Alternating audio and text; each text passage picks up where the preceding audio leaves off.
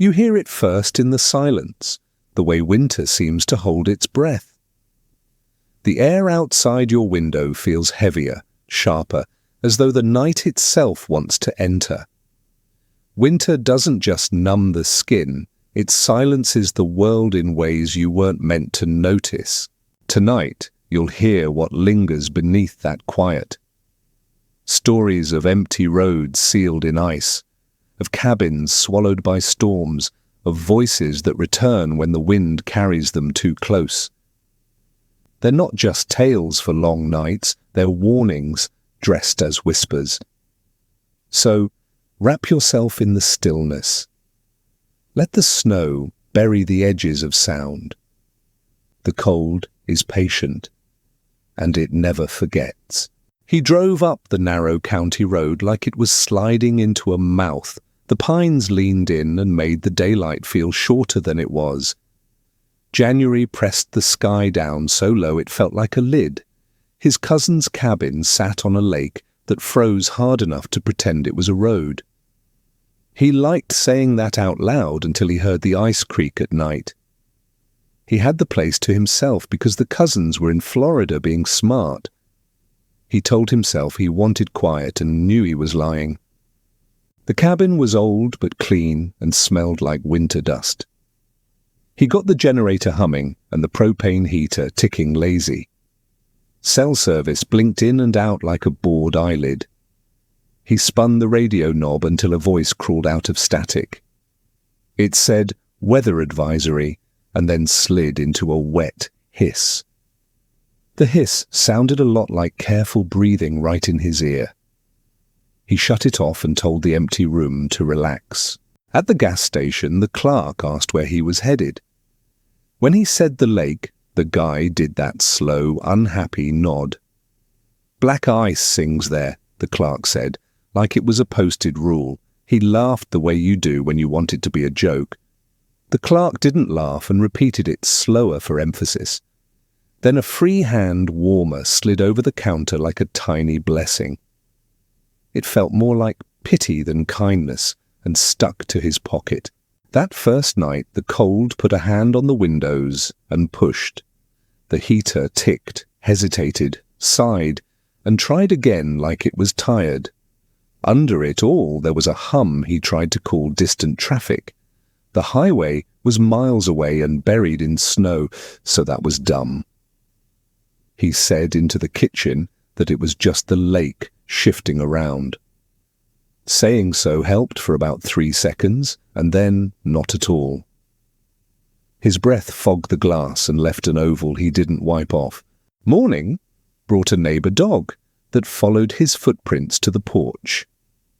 The little mutt put 2 paws on the threshold and refused to cross. It stared past him like someone else was standing in the kitchen.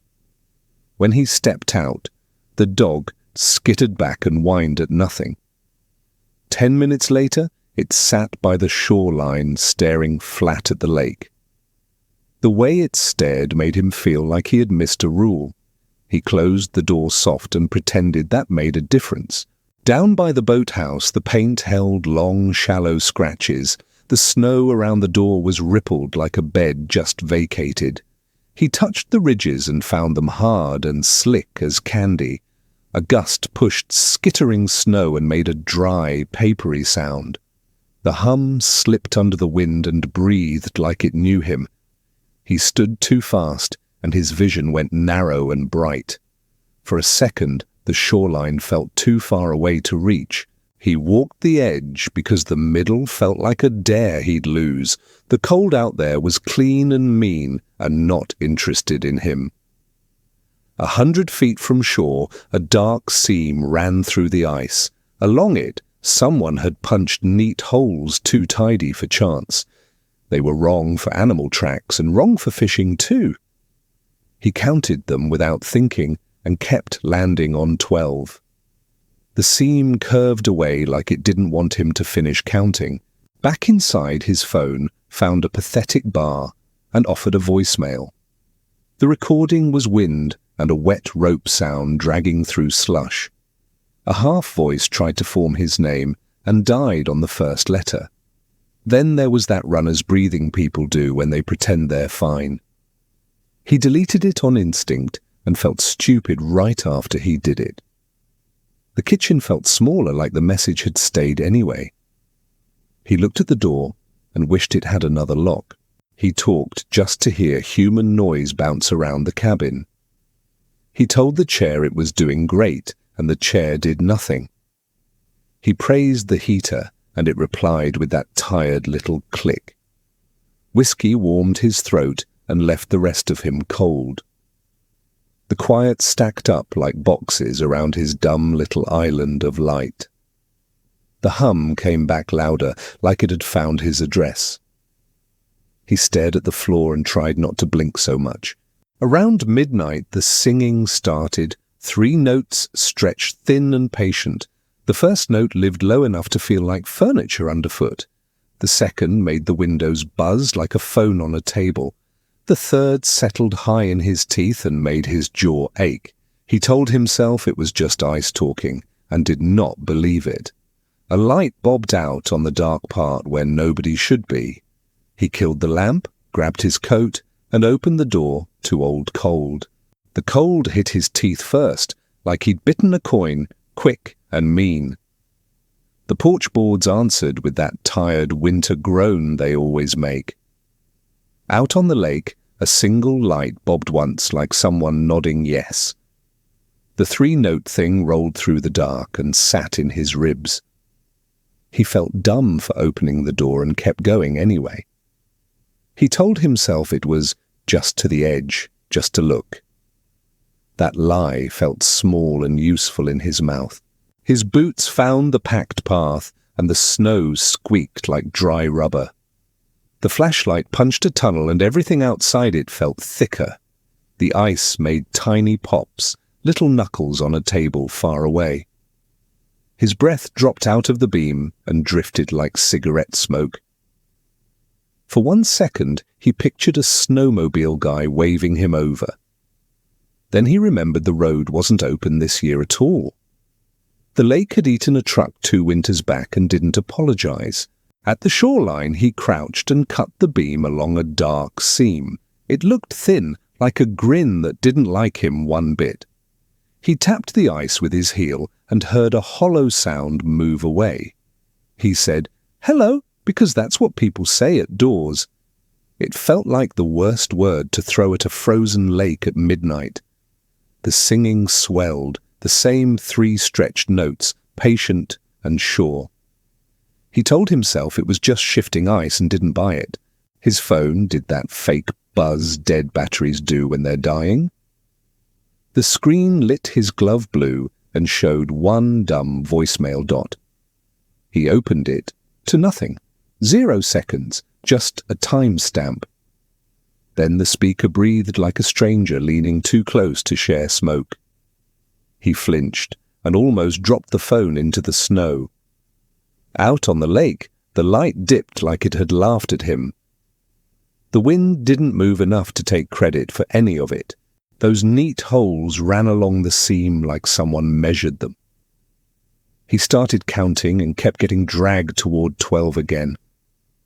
At the 7th, a little thread stuck out of the ice like a whisker. He pinched it, and it came away stiff and strange in his glove, not fishing line, not grass, something that felt briefly warm. He wiped his glove on his coat and felt childish for doing it. Every tiny choice suddenly sounded loud in his head. A dog barked once from the trees and killed the sound midway. He swung the flashlight and found paw prints punched clean in powder. They walked forward and then just stopped like stairs to nowhere. No turn, no scuff, no panic, just gone like a lifted stamp. The snow around his boots started doing that slow, sinking thing. Only the black seam stayed sharp and sure of itself. He hated that line the way you hate a dare you'll probably take. He backed toward the cabin and felt like he was leaving a conversation. Inside, the windows had grown frost ferns, shaped like tiny maps. The heater coughed, stalled, and then held on like a stubborn old dog. He spun the radio and found a whisper that sounded like numbers. Not a forecast, more like counting teeth with your tongue. 30 seconds later, the dial just surrendered to hush. The room felt like it was listening harder than he was. He set his phone on the table and hit record because proof helps. The 3-note hum drifted in right away like it knew its mark. On playback, under the high needle, he heard a breath shape his name. Just the first letter, then air ran out like someone slipped underwater. He whistled the pattern back, low, lower, high, because he was an idiot. The floor answered with a hum that rattled the glass and spoon. It felt like the house cleared its throat to say, "I heard you." Out on the lake, the light went dark, which should have helped. The dark got heavier instead, like something big lay down. Plates in the cupboard tapped each other like nervous teeth. He grabbed his parka and keys and thought about the car. The plow wouldn't be back till morning, and the road was mean. His tracks outside were already filling while he watched. He told the room he'd wait it out, and felt the room bet against him. Then the boathouse knocked, 3 slow thumps spaced like the notes. It did it again, a little louder, careful, and patient. He said no out loud, and his hand still found the latch. The cold leaned in when the door opened, close and rude. He knew staying put was smarter, and didn't move that way. Curiosity put a steady hand on his back, and steered. The night held its breath while he stepped into it. He followed the knock to the boathouse like a moth follows a warm door. The snow took his steps and made them squeak, each one a little apology. The lake answered with a tiny pop and then went polite again. The 3-note hum came through the shore like it had found a wire. He could see his own breath bump the beam of the flashlight and flatten. The boathouse leaned there like a shoulder that wanted him to whisper. He put a glove on the latch and felt the cold crawl up his wrist. Inside smelled like wet rope, old gas, and the kind of wood that keeps secrets. An upside-down skiff rested on sawhorses dusted with sifted snow. The floorboards had gaps thin as coin slots glazed over in places. Through one slit, black ice shone like glass with a light inside it. Something slow moved under there, just a stir and a hush. His boot made the smallest grind, and the echo came back twice. Under both echoes there was that low slosh, like a chest breathing. He tapped the plank with 2 knuckles and waited without breathing. 3 heartbeats later, something tapped back from below in the same rhythm. He changed the spacing, and the answer matched him, patient and neat. It felt less like ice and more like a person playing along. His mouth dried up so fast it felt like a joke. The phone in his pocket woke for half a second and showed voicemail. The battery died right after, like it was scared to hear it. He still played it, speaker to his ear, because maybe it had cached. The recording was wind, a wet skip of rope, and the start of his name. Only that first sound, stretched thin, then a breath that quit. Under it, a small laugh that could have been water if you wanted. The line coiled on the floor, twitched once, like a sleeping thing shifting. The high note of the hum slid behind his right eye like a needle. He pinched the bridge of his nose and saw stars he didn't ask for. He threw a scoop of sand salt across the threshold, because doing something helps. Outside, nails traced the door in one slow zipper that paused to listen. He swung the light and caught paw prints that walked forward and then quit. No turn, no fight, just ended like the dog had stepped up into air. Along the seam, the neat holes kept their tidy parade toward the dark. He counted them again, and the number dragged his mouth toward 12. Far off, the dog gave one clipped sound and swallowed the rest. At the 7th hole, a little thread stuck out of the ice, stiff and yellow. He pulled, and a wet ribbon came free, hair flattened by cold and time. It clung a second to his glove like it had an opinion. He dropped it, and it stuck to the snow the way gum sticks to pavement. The skiff creaked like someone adjusting their weight under a blanket. He remembered the truck the lake took and how the hole looked afterward. His stomach did that small elevator drop people pretend not to notice. The plank under his knee bowed once, real slow, then settled back flat. Water pressed the gaps and bubbled a thin lens that looked like an eye. He told himself eyes don't live in lakes and kept looking anyway. The lens drifted left, stopped under his boot, and waited like it was checking sizes. The 3-note sound came from right there now, tiny but sharp. He tapped the board again, 1-2, and got 1-2 as a reply. That neat, careful mimic made him feel more watched than alone. He backed out with the kind of slow that tries not to wake a room. The door stuck on swollen wood and then let go with a bark. The cold touched his face like a stranger who knows his name. He walked the path to the cabin and didn't look at the lake. Inside, frost ferns on the glass lined up like maps of the holes. The radio whispered numbers until the dial decided to be quiet. The heater coughed once, then held like an old dog protecting a porch. He set a mug on the kitchen table and hit record out of habit. The house carried the 3-note hum up through the floor in a steady loop. On playback, a breath rode under the last note, hunting the shape of his name. He whistled the phrase back because people do dumb things when they're scared. The plates in the cupboard knocked together like teeth answering a joke. Something crossed the window, just a smear of darker dark sliding by. He put the chair under the knob even though the lock already clicked. Snow thickened until the porch light looked like it lived underwater. The boathouse knocked again, 3 slow thumps that kept their manners. Then a new rhythm started, spaced out like numbers being laid down. He listened and heard 12 become 11 and then become 10.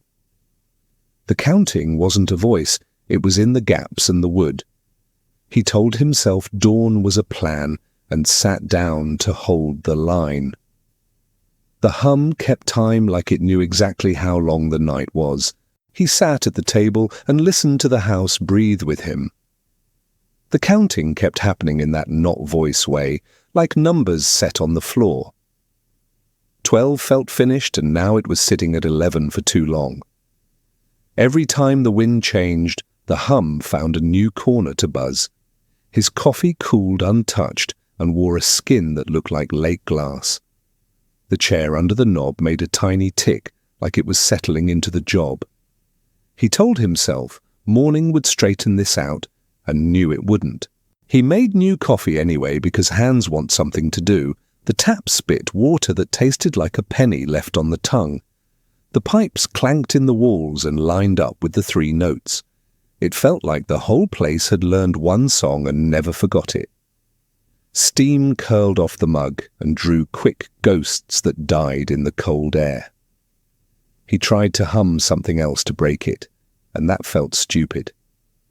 The radio stayed quiet like it was tired of being blamed.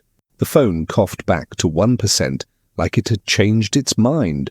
There was a new 0-second voicemail waiting with that blank little face. He held the speaker to his ear and listened to the empty act alive. His name started again and slid off the first letter like ice on glass. After that came a breath that sounded like someone trying to float. Far away, the dog gave a low, uneasy sound and then acted like it hadn't. He put the phone face down and covered it with a napkin, like that helped. He rummaged through a drawer looking for more matches and found paper. It was a folded map of the lake with blocky handwriting on the edges. 12 little crosses ran the seam in a curve like stitches. Next to the last one, someone had written, "Don't answer the third."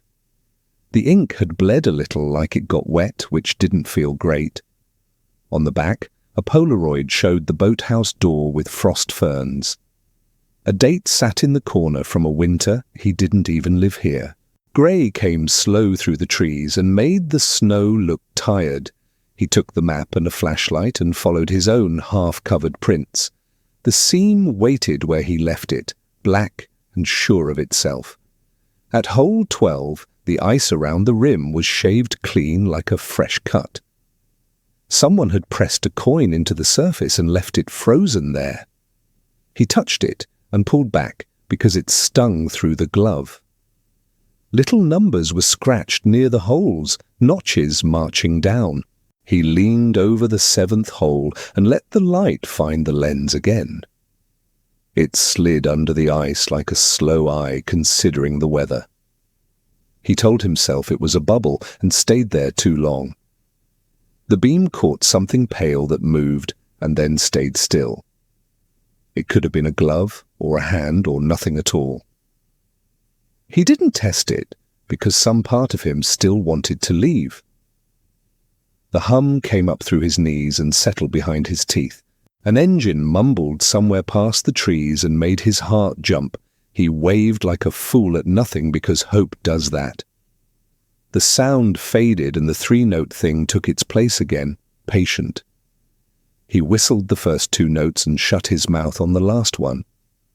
The ice replied with 2 short knocks and a longer one he refused to count. Snow started again, small grains skating hard across the surface. He realized the wind was pushing toward the center like a suggestion. He checked the boathouse because leaving it alone felt worse. Inside, the skiff had shifted a thumb's width like it had stretched. The coil of line was damp in a new spot, a dark oval like a thumbprint. On the inside wall, shallow tally marks ran in a cluster he hadn't noticed. They sat at 9 and looked fresh, even though that made no sense. A drip fell from the crossbeam and hit his boot like a tap. The floor answered with that careful, polite knock that made him swear. He set the recorder by the kitchen seam and laid down without sleeping. When he drifted, he dreamed a shore that walked away from people. His cousin's voice bled in, talking about singing like it was normal. He woke to the sound of footsteps crossing the porch in a slow circle. The chair under the knob creaked like it wished it was heavier. He didn't breathe for a count of 5 and then took it back. When he finally looked, the window showed prints going around and never in. He decided on town because decisions feel like armor even when they aren't. The car wore a hard crust and the battery thought about it for a long time. It coughed, quit, and waited for him to try faith instead of science. He packed a bag anyway, because movement helps the mind lie. Back inside, the phone showed 12 new voicemails, all stamped nothing. He played the last one and heard the 3 notes, and then a small "come." He stood in the doorway with his coat open and looked at the black seam like it had asked nicely. He stood there with his coat half zipped and that last voicemail in his ear. Town was the plan until the word "come" landed like a coin in his mouth. He hated that it felt polite, like the lake had said please. 3 soft thumps came from the boathouse again, spaced like a heartbeat that had taken lessons. He thumbed his cousin's contact and watched the call climb and fall in that dead service way. The radio woke just long enough to say, "pressure dropping," before it lost its nerve. He told himself he'd go to the neighbors instead and keep to the trees where the wind messed with tracks. The path to the neighbor's place was half remembered and half buried. He walked it anyway, the pines closing around him like slow doors. The cabin there was dark and tidy in the way empty places try to be brave. Snow on the steps was smooth, except for a line where someone had dragged a chain. The door was actually chained from the outside, which is not how anyone leaves home. A note, curled under a rock on the railing, said, "Do not invite," in block letters. He put the rock back gently, like he'd just touched the lid on something living. The dog found him again, the little mutt from the first morning, with worried eyes. It kept 10 feet of air between them like that space was part of a rule. When he turned toward the lake, the The dog barked once and sat down hard. 3 notes drifted through the trees, quieter but clear, like someone practicing in another room. He saw a single file of prints along the seam where the holes lived, too neat for any animal. They were shaped like boots and wrong in the spacing, the kind of stride you copy in a dream. He walked away from that, and the dog approved by not moving. Back at his place, he pulled the attic ladder and rummaged through his cousin's smart ideas. He found ice cleats, a spud bar, and a coil of old climbing rope that smelled like gasoline and thyme. He laced the cleats, tested the bar on the porch rail, and tied the rope to the chimney with a sailor's knot he barely remembered. The other end went around his waist twice and then got ugly with extra loops. He shoved a screwdriver in his pocket because knives feel like plans even when they're not. He taped his phone to the inside of his wrist so the light couldn't fall away again. All of it looked ridiculous in the kitchen and felt reasonable at the door. He worked the shoreline on his knees, spud bar poking like a blind man's cane. The ice answered with dull thunks near shore and a hollow drum over the seam. At each hole he tapped twice and waited, and twice came back like the world was copying him. On the 10th hole, the reply dragged a little late, like someone turning in bed under heavy blankets. Under the skin of the lake, he saw a pale shape that might have been wood, might have been a wrist, might have been nothing. The coin at 12 glinted weakly like it had its own sky down there. He kept his body weight stupidly low because the air felt thinner with every note. The phone on his wrist decided to help and opened the voicemail app by itself. A new blank message sat at the top like a dare, stamped with the time he knew was now. He hit play and heard his own voice say, "I'm here," in a tone he didn't like one bit.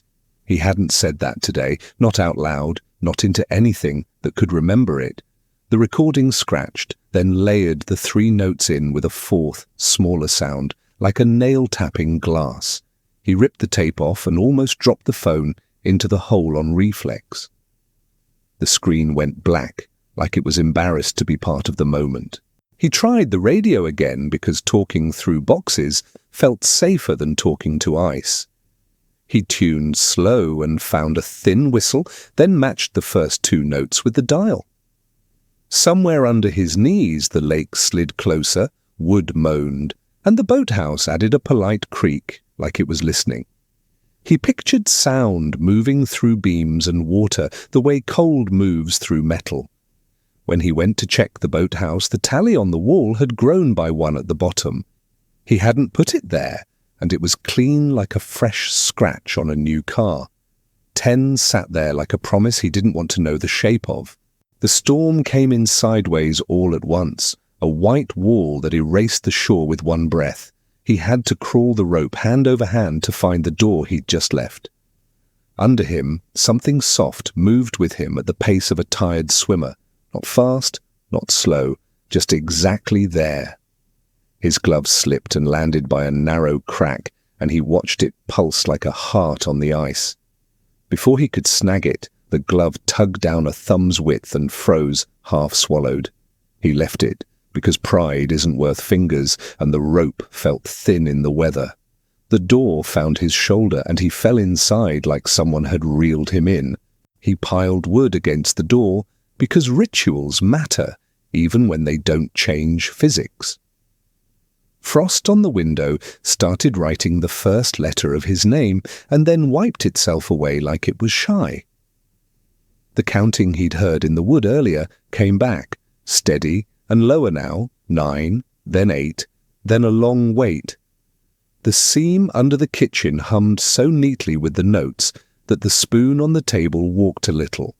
He said he was sorry without being sure what for, and felt foolish immediately. The heater clicked, stalled, then decided to keep going out of stubbornness or fear. He told it thank you and meant it in a way he didn't know how to explain. The wind dropped hard, like somebody pulled the plug on the night.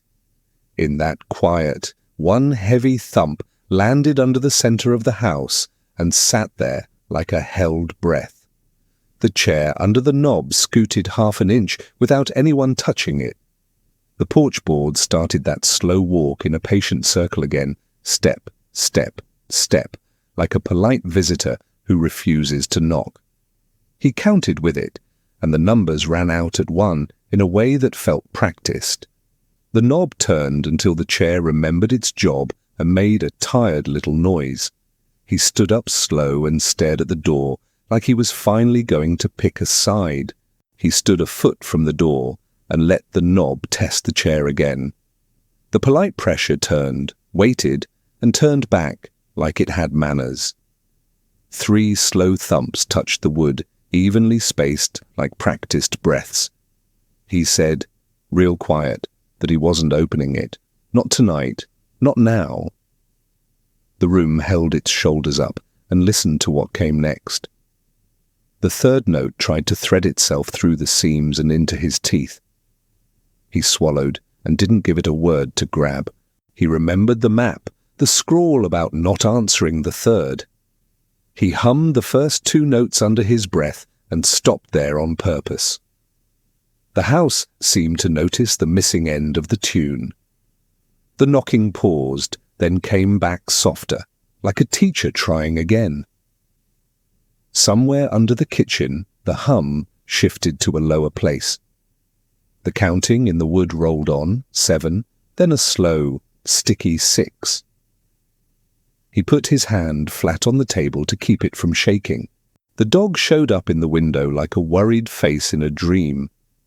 It didn't bark, just pressed 1 paw to the glass and blinked like it knew a plan.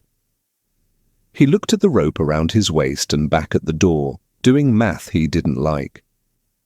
Staying in felt like waiting for an appointment he hadn't made. Going out felt like doing the office visit early to get it over with.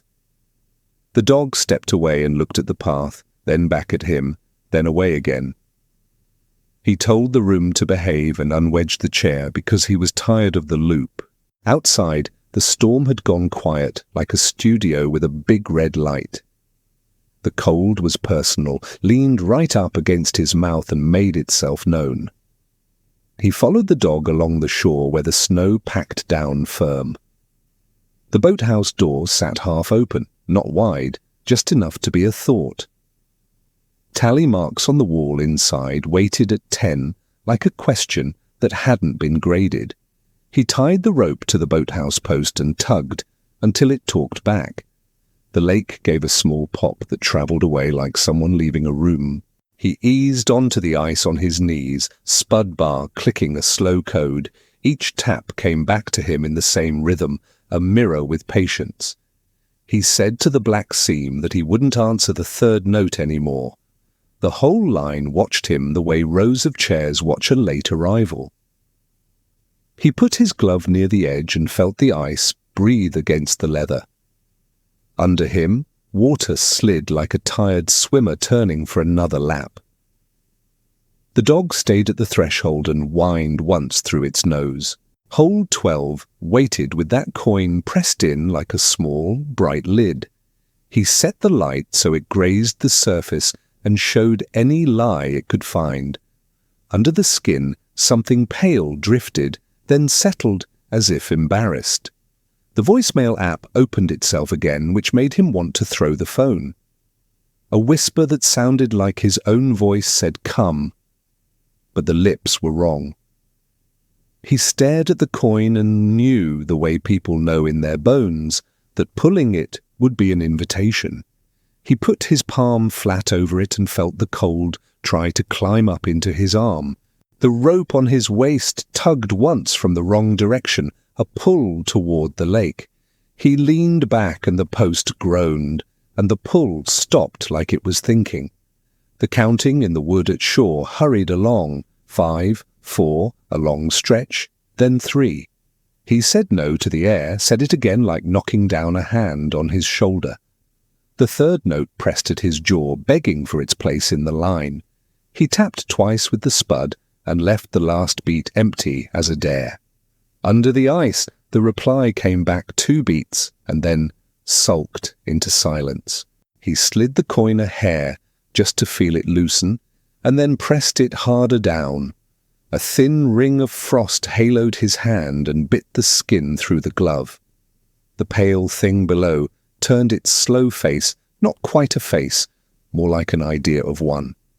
It paused under him as if to see whether he would finish the song. He didn't. He let the quiet sit there and become a wall.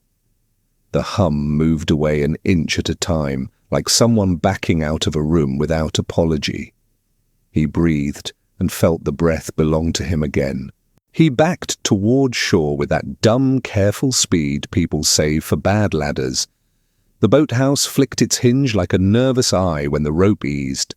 Behind him, the seam kept its straight mouth, black and neat, not talking now. The dog trotted next to him and didn't look at the lake even once. He reached the door, pulled the rope in hand over hand, and felt only his own weight. Inside, he found the neighbor's chain in his pocket like it had been waiting. He rapped the boathouse door tight and wrote, "Do not invite," in his breath on the wood. Back in the kitchen, he set the recorder by the seam and waited on purpose. The house offered up the 2 low notes like a machine power testing, and stopped.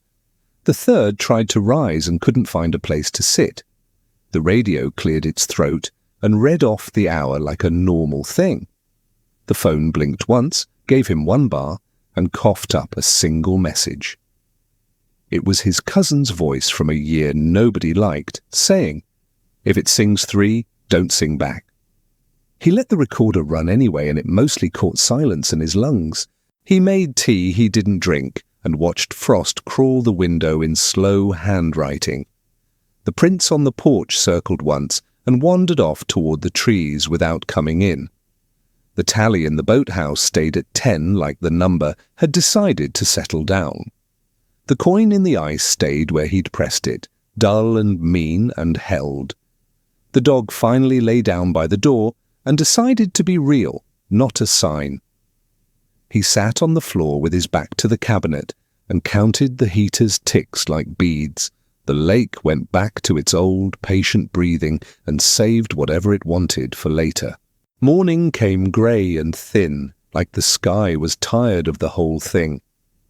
He thought the quiet meant done, like someone finally hung up. The seam under the kitchen gave 1 polite knock, just to argue. The dog lifted its head and stared at the door like it could read.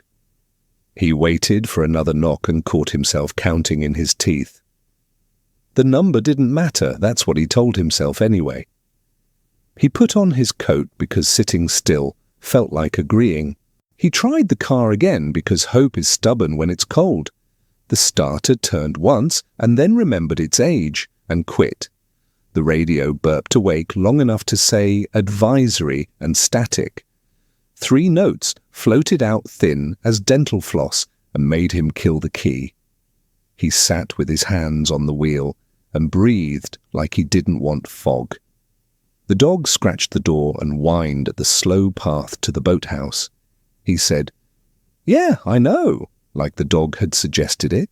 Inside the boathouse, the tallies sat at 10, then didn't. He blinked, and there were 11 neat lines stacked like they'd always been there. He ran his glove over them and felt dust that didn't make sense. The skiff creaked like someone changing their mind under a blanket. The coil of line had a new wet spot, wide as a hand. He didn't want to think about hands right then and failed. The floor popped once and then pretended to be floor again. He decided to close what he could like a guy patching drafts. He shoveled snow into the first 2 holes and stomped until it squealed. The slush locked fast where his weight pressed and held like a plug. At the third, the ice hummed under his heel and made him swear. He scooped anyway and packed it hard because motion helps the mind. Breath came out in nervous ropes and broke against his scarf. The dog paced the shore and looked back like a boss. At hole 7, a dark lens slid under and watched his glove. He didn't give it a long look because stares are a kind of yes. He chopped the rim with the spud until white shards spit out. The hum under him climbed, got thin, and sat behind his eyes. He said he was closing shop and pressed snow into the gap. Water kissed his knuckles through the glove and felt too warm. He finished the seal and didn't look for approval. The phone woke by itself like it was sneaking something. A new voicemail sat there with his name on it and no length. He hit play and heard the gas station guy say, "Black Ice sings there." After that, the same man used his voice to say, "Come on," and he hated it. The third note tried to rise right then like it was waiting for the line. He put the phone face down on the ice and kept packing. The screen showed his reflection and didn't ask for permission. He slid the coin at 12 with his thumb until it rotated. The metal burned through the glove and made his jaw clench. Under the skin, something pale tilted like a tired face. He told it no without moving his mouth, just in the space where words form first. The spud bar cut across into the surface like he was erasing a word. The two low notes grumbled around his boots and felt old. The high one knocked at his teeth and couldn't find a lock. The rope on his waist went tight from the wrong way again. He dug cleats and leaned into stubborn the way you lean into a wind. The boathouse post groaned and held like a friend doing a favor. His shoulder burned and he thought about ankles and dark water. The pull stopped sudden, like a kid letting go to see if you fall. He didn't fall, and the silence after felt almost embarrassed. He took one big breath and forgot to let it go for a second. He shoved one last scoop into the 12th hole and smoothed it flat. The coin sat dull under a skin of new frost like it had given up for now.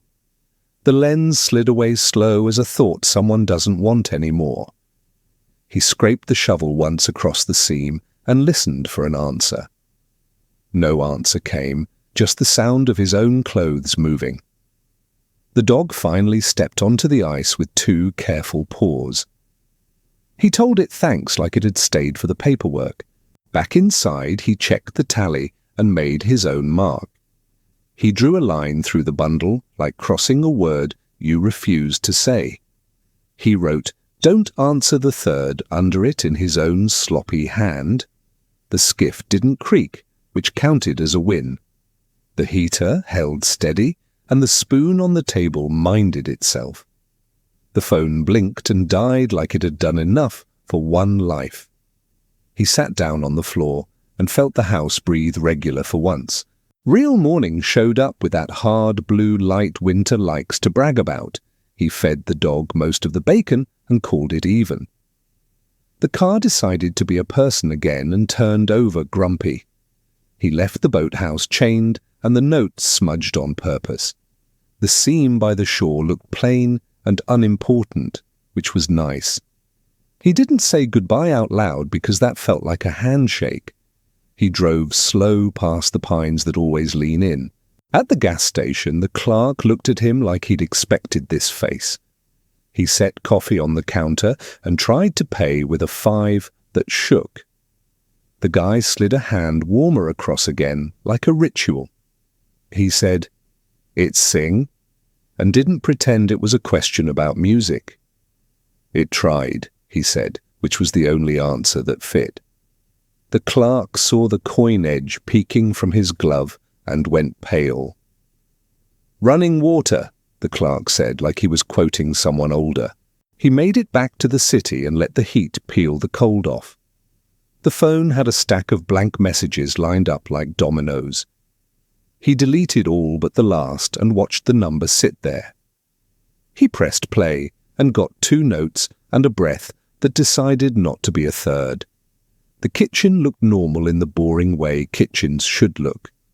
The coin on the counter wore a little ring of frost that didn't melt. He put it in a jar of tap water and listened for stupid changes. Sleep found him early and brought dumb dreams anyway. He walked a porch that circled and circled without a door. Footsteps followed, patient and polite like they'd been taught. He turned, and it was just the dog doing its slow, worried rounds. He woke up to the heater ticking and a quiet that didn't press. The jar on the counter had fogged on the inside like a breath. 2 notes hummed from the pipes, and then remembered their manners. He called his cousin because courtesy matters after you borrow fear. His cousin got quiet when he described the seam and the map and the tallies. Grandad used to say the lake kept a choir, the cousin said. 2 is weather, 3 is attention, he added, and that felt right. The map had been the neighbour's back from when folks kept watch by turns. The neighbour moved after a bad January and left the chain behind. Nobody liked to talk about the truck the lake ate or the older story before it. A thaw came late but loud, and the news did its regular grim thing. Somebody pulled a snowmobile out near the far point, and the anchor read smooth. He turned the TV off and stared at his clean sink like a choice. The phone pinged a location tag from the middle of a place he wasn't at. He killed location services and felt silly about how late that was. The jar on the counter held steady and did nothing dramatic for once. He liked the dullness the way people like locks. He wrote his cousin a note and slid the cabin key into an envelope. He said, chain the boathouse and leave the tallies alone. He said, keep the radio dumb and throw out maps that want to be helpful. He didn't mail the coin because you don't mail that kind of thing to family. He drove to the river where the water moves even when it's being winter. He carried the jar because this part needed feet and hands. He didn't practice what he would say because words weren't the point. At the bridge he unscrewed the lid and didn't count first. The coin sat there, plain and ugly, not even pretending to be special. He tipped the jar and let the whole thing go in one motion. The water took it like it was always going to, no fuss. He listened for a note that didn't come and liked the silence. The wind asked for the third, and he didn't give it. He walked back to the car without making promises to the air. Next winter, he heard ice sing on a different pond because that's what ice does. 2 notes came through the old trees and went about their business. He stayed inside and watched his breath and let them pass. He thought about the tallies and the cross he'd made through them. He wondered if crosses counted or if only counting counted. The dog showed up in his memory doing its slow, patient job. He whispered thanks into a room that didn't need it. Weeks later, a voicemail landed with the right timestamp and nothing else. He pressed play and got breath, then a small sound like a dog clearing its throat. He smiled at the floor because floors deserve credit sometimes. The house settled in a normal way and didn't try to be clever. Snow started again and turned the window into a soft TV. He said, "I'm not answering," and washed the mug in the sink. Outside, the world kept its winter voice and left the third note alone. The storm came in early, fat flakes that packed quick and mean. The municipal yard lights threw halos on the plow blades like cheap crowns. He stood there with coffee burned bitter and watched trucks idle like cattle. The town was the kind that named storms and borrowed salt from neighbours. Routes were taped to the wall in marker, straight lines pretending roads were easy. Everyone knew Route 9 was the worst because of that blind S-turn by the river. He handed the Route 9 clipboard to Eli because Eli always took it. Eli wasn't big on talking, but he loved the way a clean pass looked. He checked the wing angle with a touch like tuning a guitar nobody else heard. Mara, the night supervisor, banged the doorframe and told him to call at the turn. He grinned in that sideways way that meant sure but not really. The radio on his dash hissed like it had bad secrets already. He pulled out with the blade lifted and the strobes white in the falling white.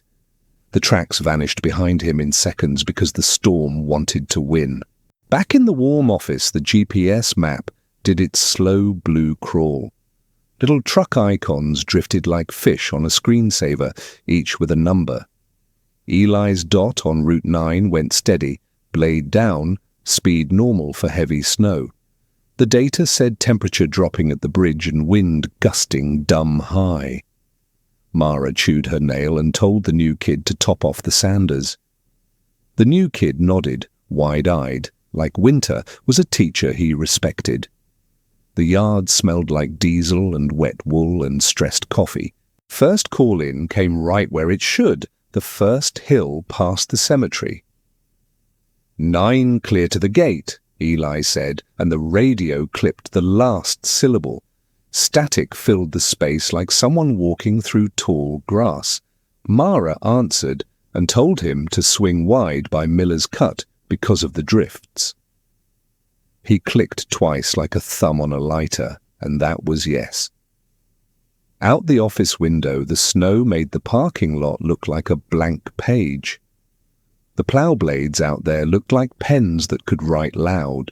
The town woke despite the hour and started calling like always. My driveway's boxed in and hydrants buried and bus needs a lane on Sycamore.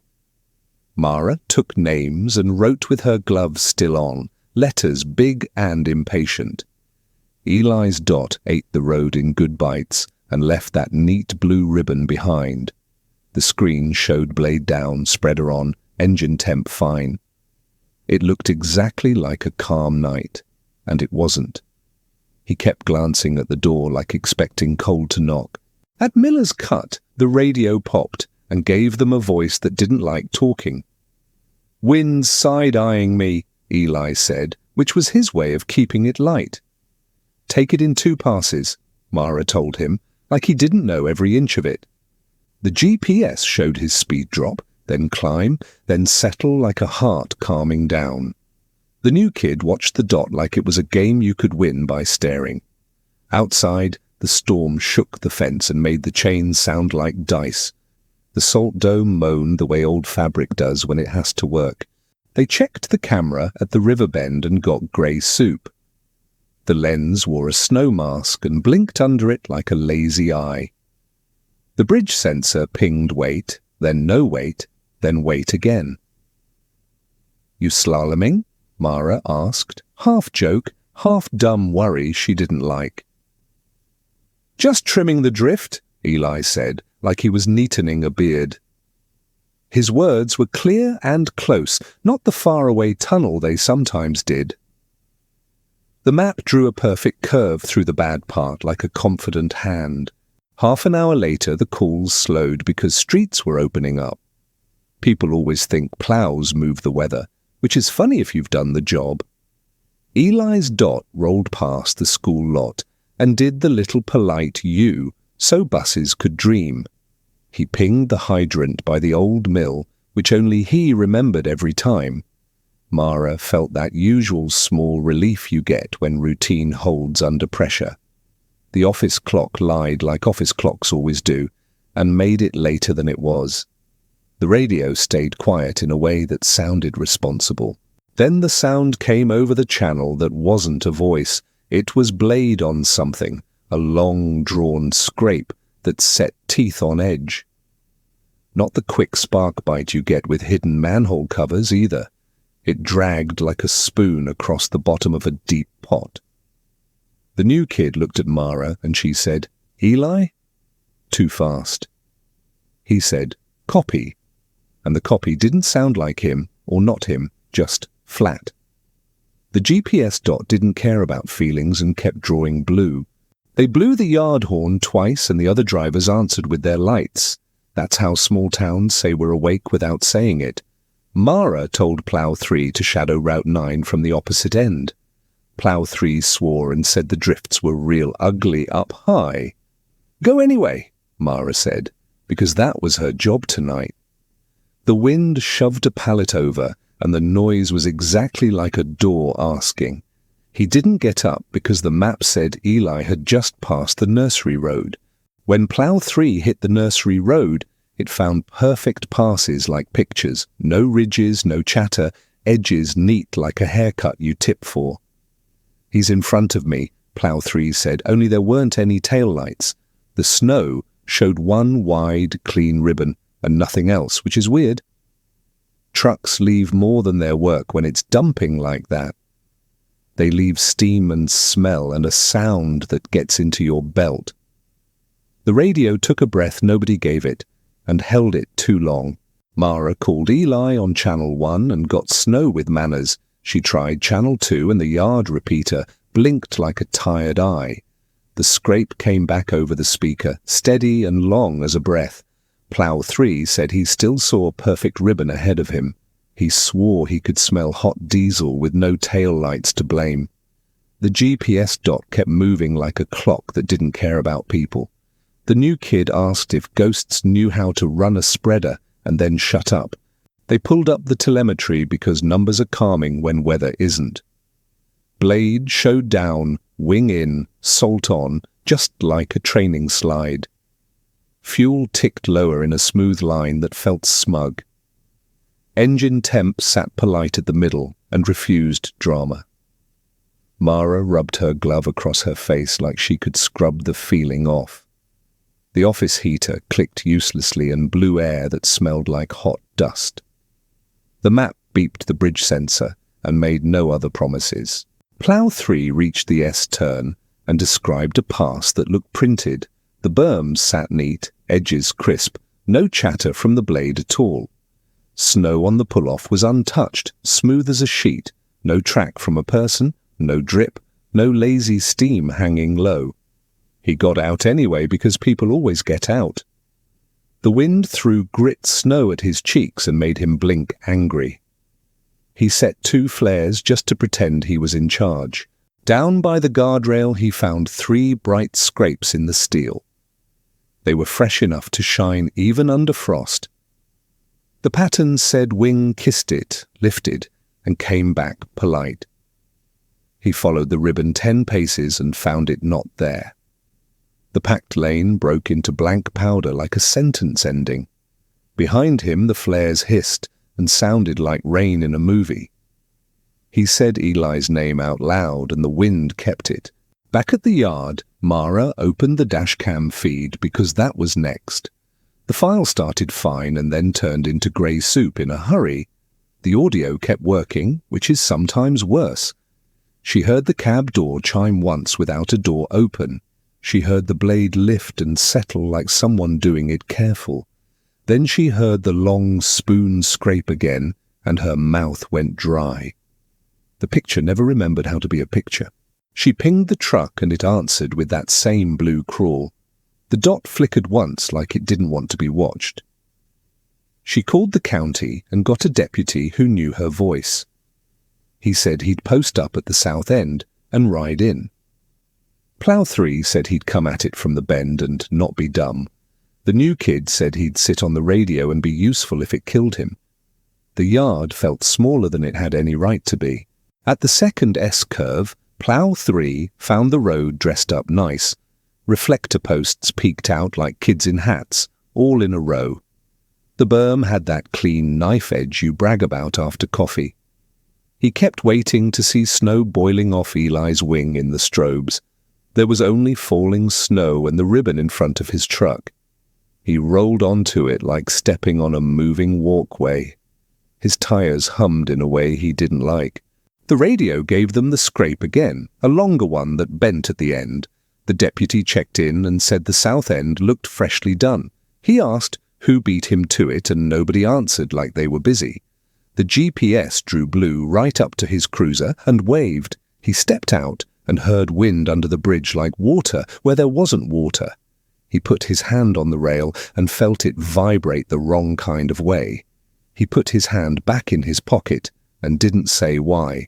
They started walking the curve because wheels were lying to them. Plow 3 killed his engine so they could listen with bones instead of radios. The scrape moved away from them and then toward them like a tide. It sounded buried and close, like it had weight and a job. The new kid whispered that it was under the snow and got shushed. They found a clean rectangle where the plow should have steamed. It was just cold there, plain and blunt. Past the nursery road, the deputy's light caught something red. A glove sat in the powder like it had waited politely. Inside the glove was a phone, screen cracked and awake. The voicemail icon blinked an ugly little number that felt too cheerful. He hit play and Eli said nothing for 10 seconds. Then Eli said turn, like he'd been saving the word.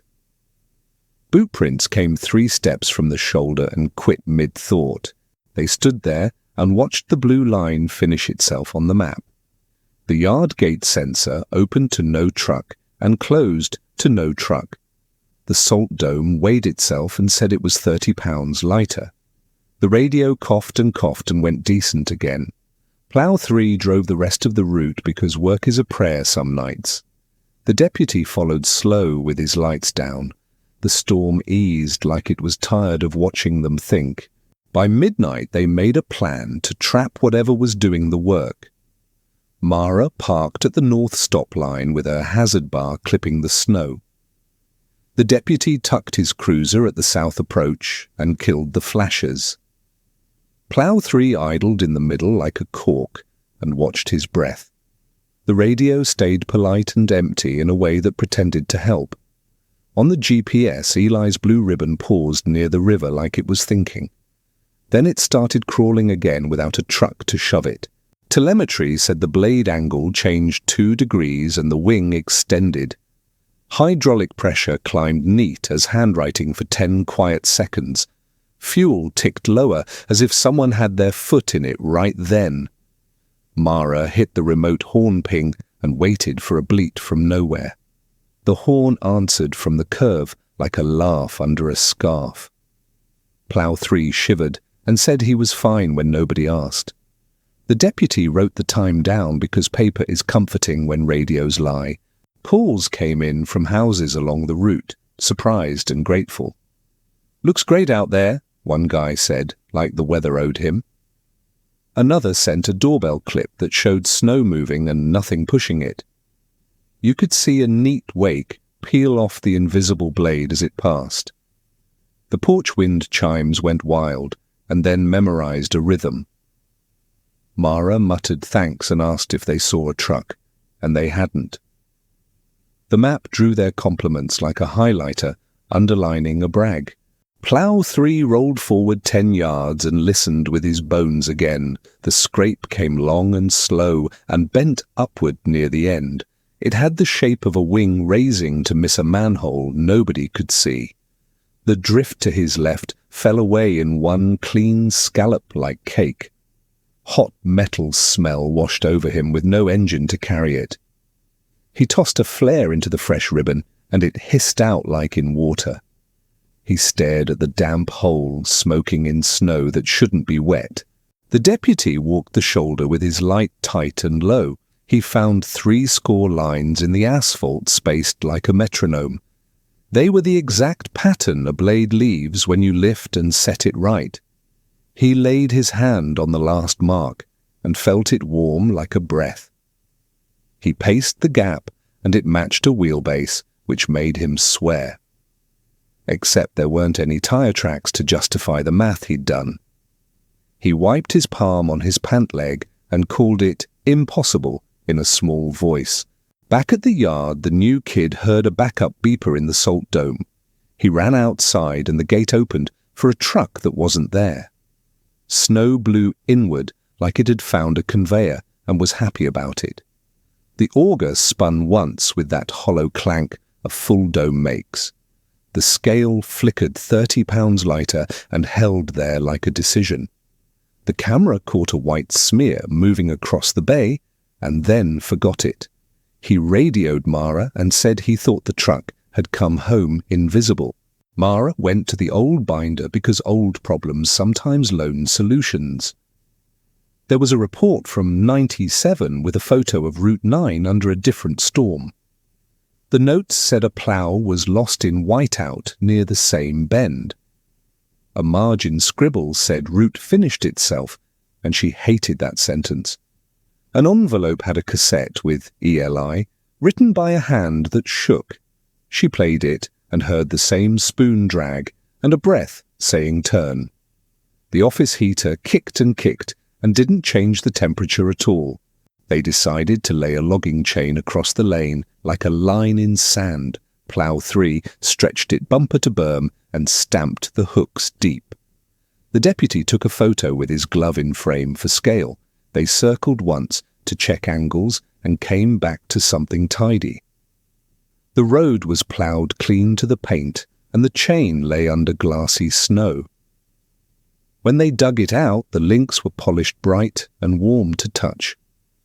The hooks wore little crescents, like teeth had tested them and moved on. Plow 3 parked sideways to block and cracked his window to hear. Frost feathered the inside of his glass like breath looking for a way out. The radio carried a scrape-scrape rest pattern that lined up with his pulse. He stepped down and saw his own blade marks smoothed like a shirt ironed. His boot prints trimmed themselves at the edges until they looked deliberate. The wind shoved him once and then backed off like it was measuring. He climbed back in and said he was done pretending this was normal. Mara called it and told the deputy to close the road for real. Barricades went up and the sheriff signed off like a stamp. The blue line on the screen hopped the barricade without blinking. The last transmission on Channel 1 was a scrape going uphill into silence. The storm eased like a crowd leaving a game they didn't enjoy. The map finished the cul-de-sac and drew a neat circle around the school. For half a second they saw taillights in the white, and then there was just white. They regrouped in the yard office with coffee that tasted like old pennies. Mara spread the 97 report, the cassette sleeve, and a stained route map. The new kid said colour the salt so they could see the line happen. Beet juice came in a drum for anti-ice, thick and red like bad syrup. She told him to spike one sander heavy so the mark would shout. Plow 3 said he'd sit at Miller's Cut and watch for the stripe. The deputy nodded like a guy agreeing with a dare he hated. They ran the sander empty to prime it, and the auger clanked hollow. The new kid poured beet into the feed, and it looked like a crime scene. The yard camera watched them like a lazy eye half closed. Mara keyed the remote spreader control and sent a 5-second test. Red freckles popped across the concrete and steamed where they hit. The scale twitched 5 pounds and remembered the math. Everyone stood there longer than made sense, waiting for a ghost to cough. Out on Route 9, a red ribbon appeared between the Narrows and the Bend. It curved neat around the mailbox at the dairy like someone who cared. Plow 3 swore softly, because it was both beautiful and wrong. The deputy took pictures that came out like bad magic tricks. You could follow the line in his flash, but there was still no truck. The ribbon widened near the bridge like someone feathered the control. Mara pressed her hand against the map, like that would make the curve behave. They dropped a chain across again, this time wrapped with survey flags. Plow 3 buried the hooks knee-deep in the berm so they couldn't pop loose. The red line slid toward it, humming the blade's dumb song. The flags fluttered in the wind and then flattened like a hand on a head. The chain lifted under clean snow a thumb's width and set back down. When they dug it out, the links were warm again and smelled like hot iron. The deputy said, "Nope," in a gentle voice he usually saved for funerals. Mara called Eli's number, even though she knew the snow would answer. The voicemail pinged back fast like it didn't have to hunt towers. She let it record anyway and held the phone up to the night. The scrape came through her own speaker in that long spoon sound. Then Eli's voice said turn the same way it had on the cassette. She said, "Where, Eli?" And the wind rubbed the bridge rail like a violin. Plow 3 scraped his boot and stared at the lane like it might look back. She tried thinking like Eli because that sometimes worked when routes got weird. Eli always cut early at the bend to keep his rear from fishtailing. He liked to leave the school circle for last because it felt like a win. He feathered the wing by the nursery to save their stupid picket fence. Mara said those things into the radio like she was staging a play. The red ribbon behaved like it heard and made those exact choices. The deputy wrote that down and didn't ask what that meant about listening. They pushed ahead to the school so they could greet nothing with barricades. Plow 3 parked sideways across the entrance with lights full bright. Snows swarmed the beams and made a cathedral out of dumb light. The red line reached the lot and drew a careful circle around the loop. Inside the circle, the snow stayed soft like a protected room. The crossing guard sign squeaked once and turned its face by itself. Plow 3 said his cab smelled like hot belt and new rubber with the engine off. Back at the yard, the gate opened and held like it was being courteous. The scale said 30 more pounds gone from the dome without a truck on it. The Sanders motor ran 4 seconds and then remembered nobody had hit the switch. The camera caught a blur passing the office door, like breath on glass. The new kid yelled and ran out with a flare and regretted it. He tossed it into the bay and it sizzled in a line across nothing. Red drops freckled the floor and led to the wash rack like tracks. Mara and the deputy followed those dots because you follow dots. The wash rack hoses swung a little, then settled like they'd been set down. A backup beeper chirped 3 times from a corner that held only air. The floor drain steamed like something hot had just rinsed through.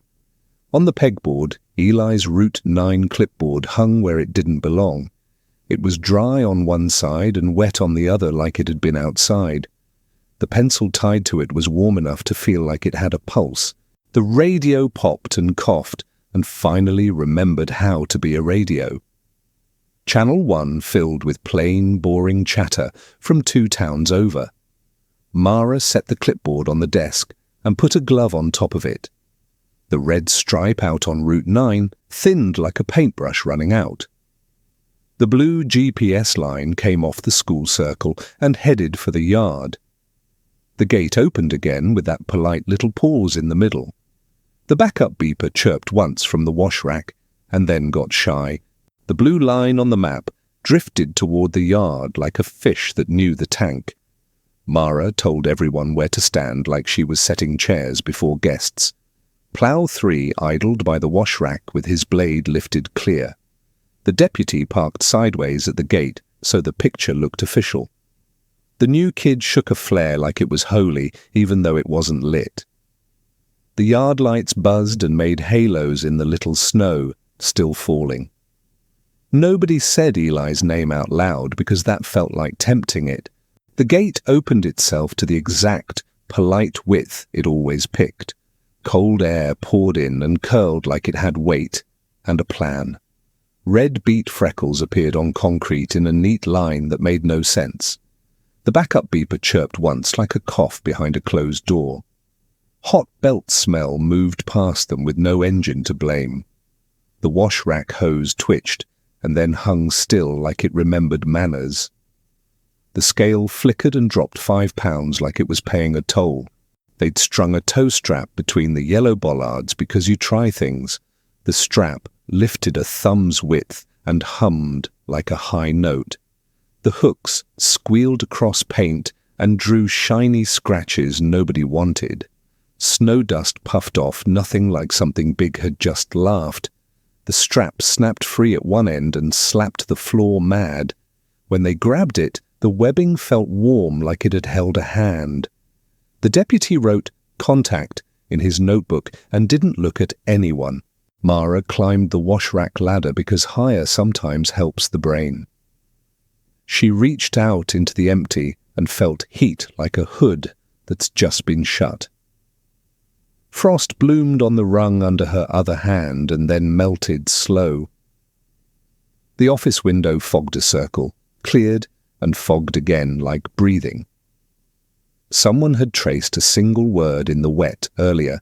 She could see the streaks. It said "turn" in sloppy letters that matched the cassette voice. She wiped it with her sleeve because she couldn't stand looking at it. They rolled the yard loudspeaker out and aimed it at the bay. Mara held her phone to the mic and played the old cassette, "Turn." The scrape inside the speakers lined up with the real scrape in the air.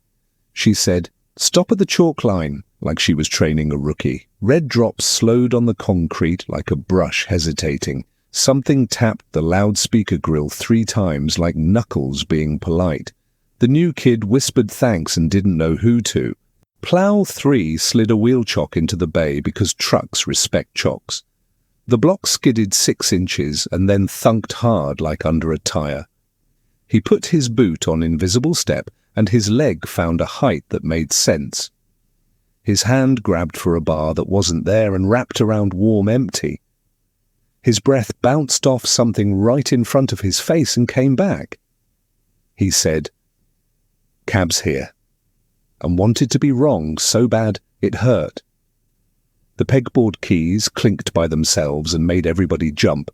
The deputy tried a tow chain to the spot a hitch should be. The hook kissed metal he couldn't see and settled like a seatbelt. He tugged, and the chain went tight and hummed through his gloves.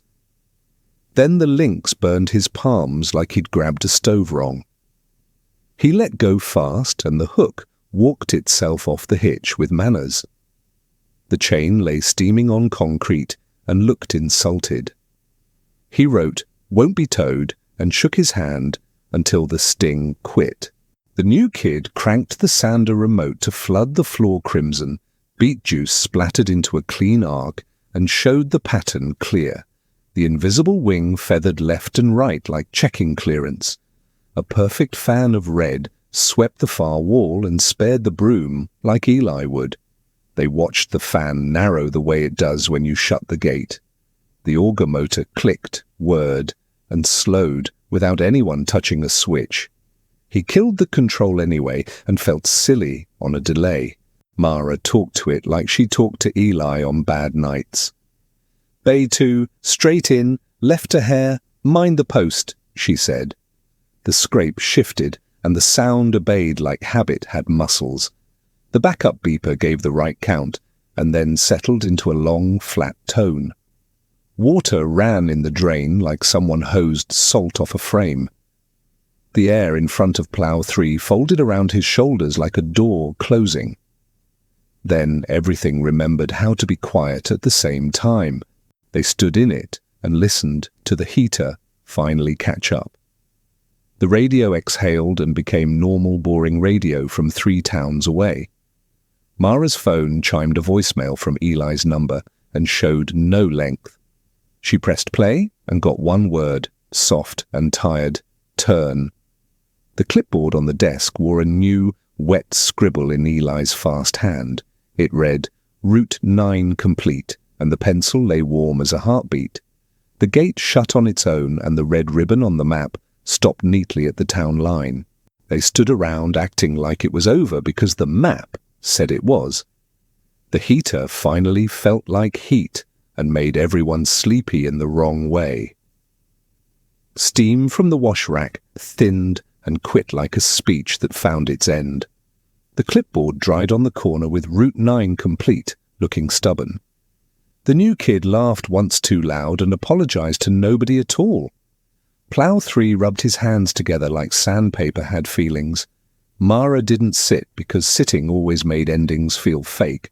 She walked the bay and flipped every master cutout she could reach. The lights blinked, the big fan moaned, and the room forgot to hum. Metal pinged a slow cool-down like a stove that had worked too long. Telemetry said ignition off, hydraulics centered, spreader asleep. Weight sensors under the wash rack still claimed there was a truck. Brake pressure drifted like a nap and wouldn't go to 0. Mara held her breath and the room politely held it with her. Outside, snow started drawing a thin line from the bay to the gate. Red freckles dotted into being like somebody shaking ketchup from nowhere. The gate blinked its safety eye and opened to exactly that polite width again. The deputy slid a spike strip across because habits are louder than ghosts. The strip lifted a finger's width and settled like something stepped over it. Hot belt smell walked past them with no engine under it at all. The new kid cupped a flare and said a bad word into his mitten. On the screen, the blue ribbon headed back out like there hadn't been coffee. It took the north approach same as always and behaved like a shift change. Mara told Plow 3 to shadow from the south and talk like she was training. She told the deputy to babysit the bend and count to keep brave. The radio cracked, cleared its throat, and did the job like a grown-up. Channel 2 stayed open so nobody had to feel alone in their cab. The town felt small in the storm in the way that makes it family. They met the red stripe halfway to the cemetery, and it was crisp again. Berms were shaved pretty, edges clean like a neat haircut you tip for. The wind pushed powder, and the ribbon cut through like it owned it.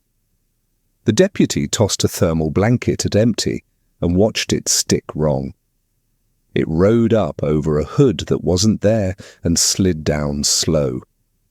A wiper swiped it aside in a motion nobody could see. The scrape sang that spoon down a pot note and bent delicately at a culvert. Mara kept thinking about the cassette with Eli saying one small word. She said, "Don't say it," into the mic, like it mattered to air. He had always taken the bend early, always feathered the wing just so. Routines carry men, and sometimes they carry them right off the road. "We changed the routine," she said, like she was arguing with Winter.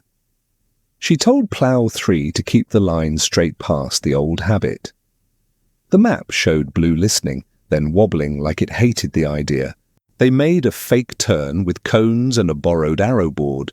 Plow 3 painted beat across the wrong lane so the lie would look loud. The deputy parked his cruiser crooked with the light bar doing a sermon. "Straight, straight, straight," Mara said, and didn't use the other word. The red stripe drifted, balked, and then lined up with the new ask.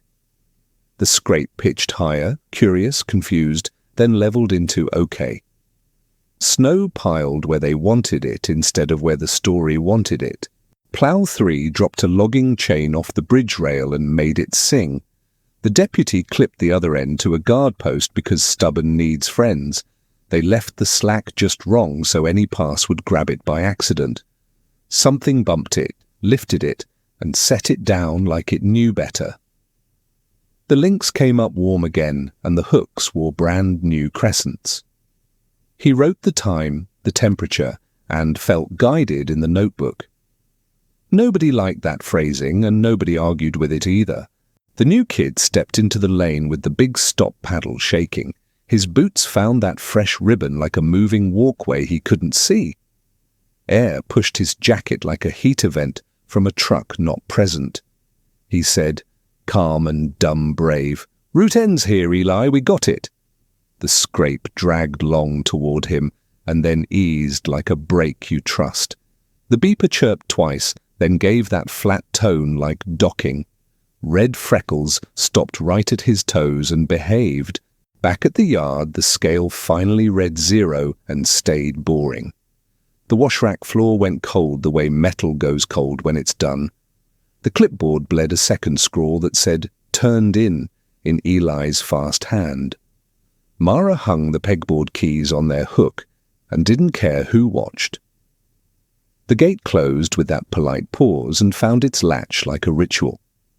The radio slipped back to county weather and school delays like nothing. Out past the line, a scrape whispered once beyond their snow and headed for someone else's map.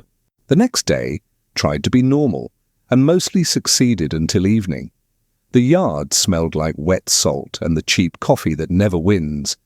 Mara did paperwork because paperwork pretends storms are just jobs.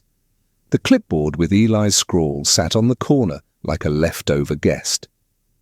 Outside, a light powder fell with no wind to bully it around. Somewhere far off, a scrape rolled across the quiet like a spoon in another kitchen. She didn't say anything because words had been acting like switches. The neighbouring county called just before dusk like neighbours do when they're out of bread. Their Route 12 was drawing itself clean as a calendar, red freckles and all. The dispatcher asked, casual as a song, if Mara had loaned a unit.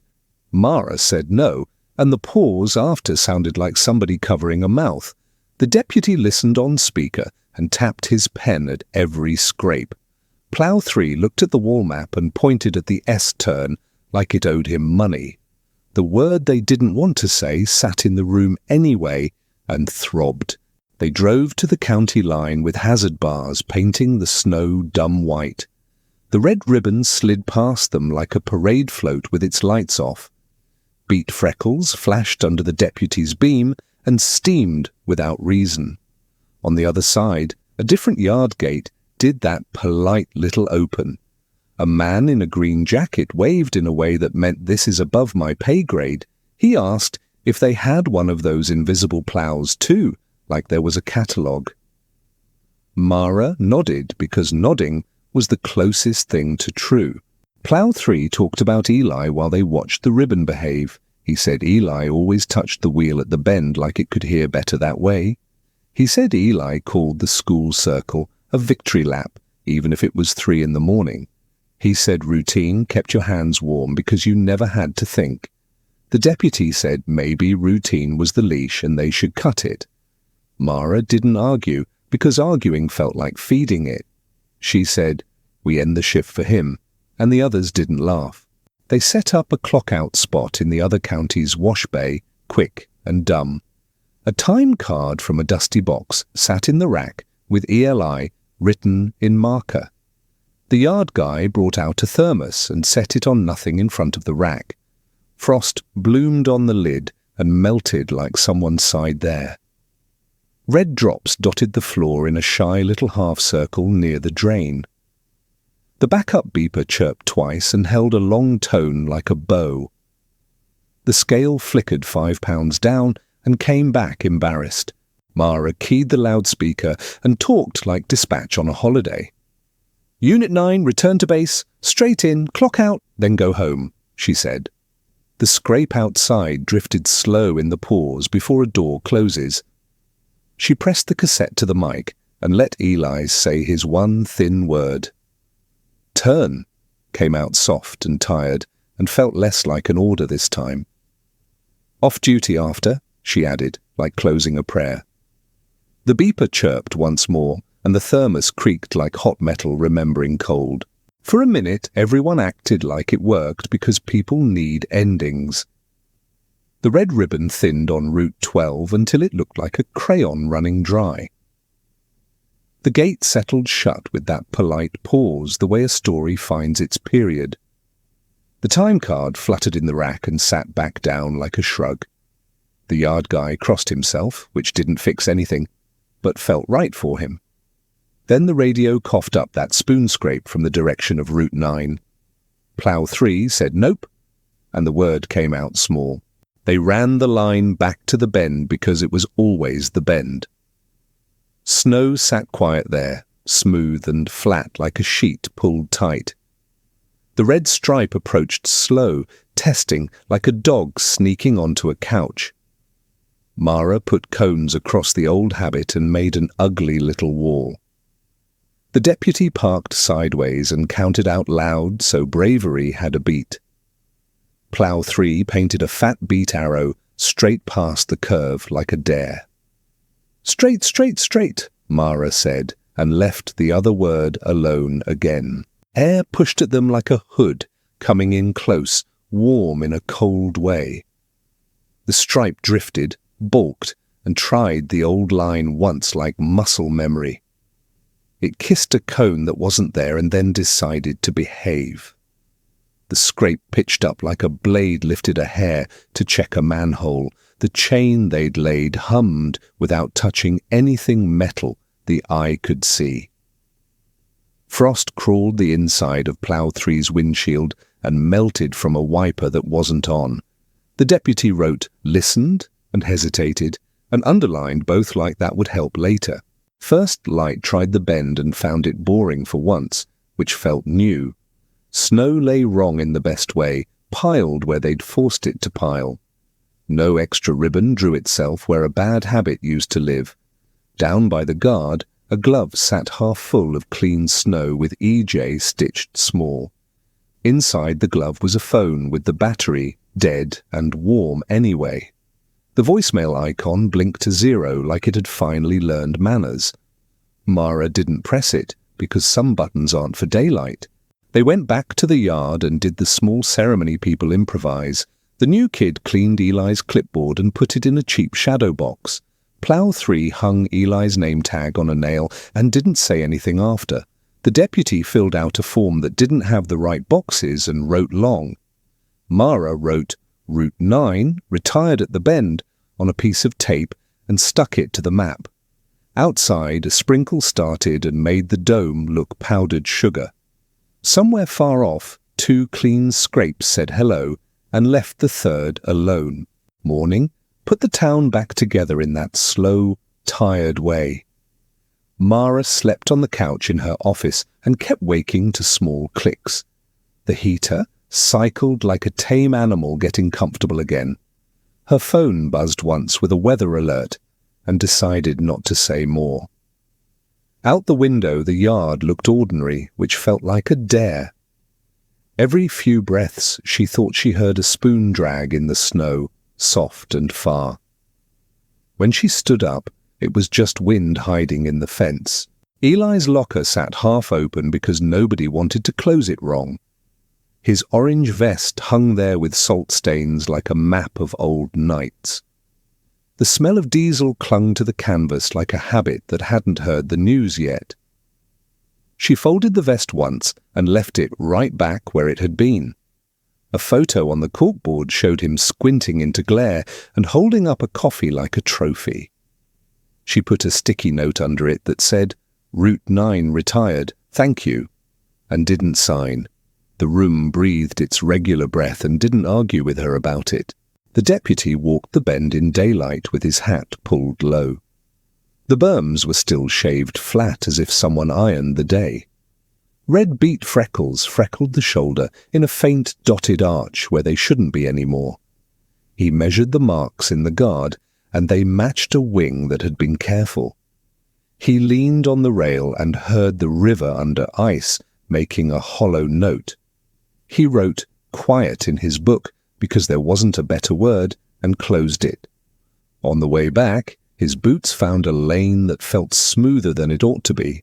Plow 3 took a side street that always drifted shut and waited. The first flurry of the new squall came like a rehearsal instead of a show. He cut the crown straight past the old habit and kept his hands still on purpose. A thin ribbon appeared ahead of him, crisp, as if someone had gone first to show him how. He didn't chase it. He let it come back to him like a memory walking home. His wiper ticked twice by itself and cleared nothing, and that felt like hello. He said thanks into the cab and let the heater drown the rest. The new kid drew a chalk line at the wash rack because lines feel like rules. He taped a paper clock-in card to the empty air and smoothed it the way you do with labels. The backup beeper chirped once from nowhere and then remembered its manners. The shadow box on the office wall fogged for a second and went clear. He wrote, "Leave the third alone" in marker on the pegboard under the keys. The letters looked dumb and useful at the same time, which is the good kind. He turned down the radio and let the yard be quiet on purpose. The state emailed for a report with boxes that didn't match the story. Mara filled them anyway and left the weird parts in the comment fields. She attached a photo of the red ribbon with no truck and felt unprofessional. She mailed a copy of the cassette labeled Turn because the file upload failed, probably for boring reasons. The reply came back 3 days later with training incident checked and nothing else.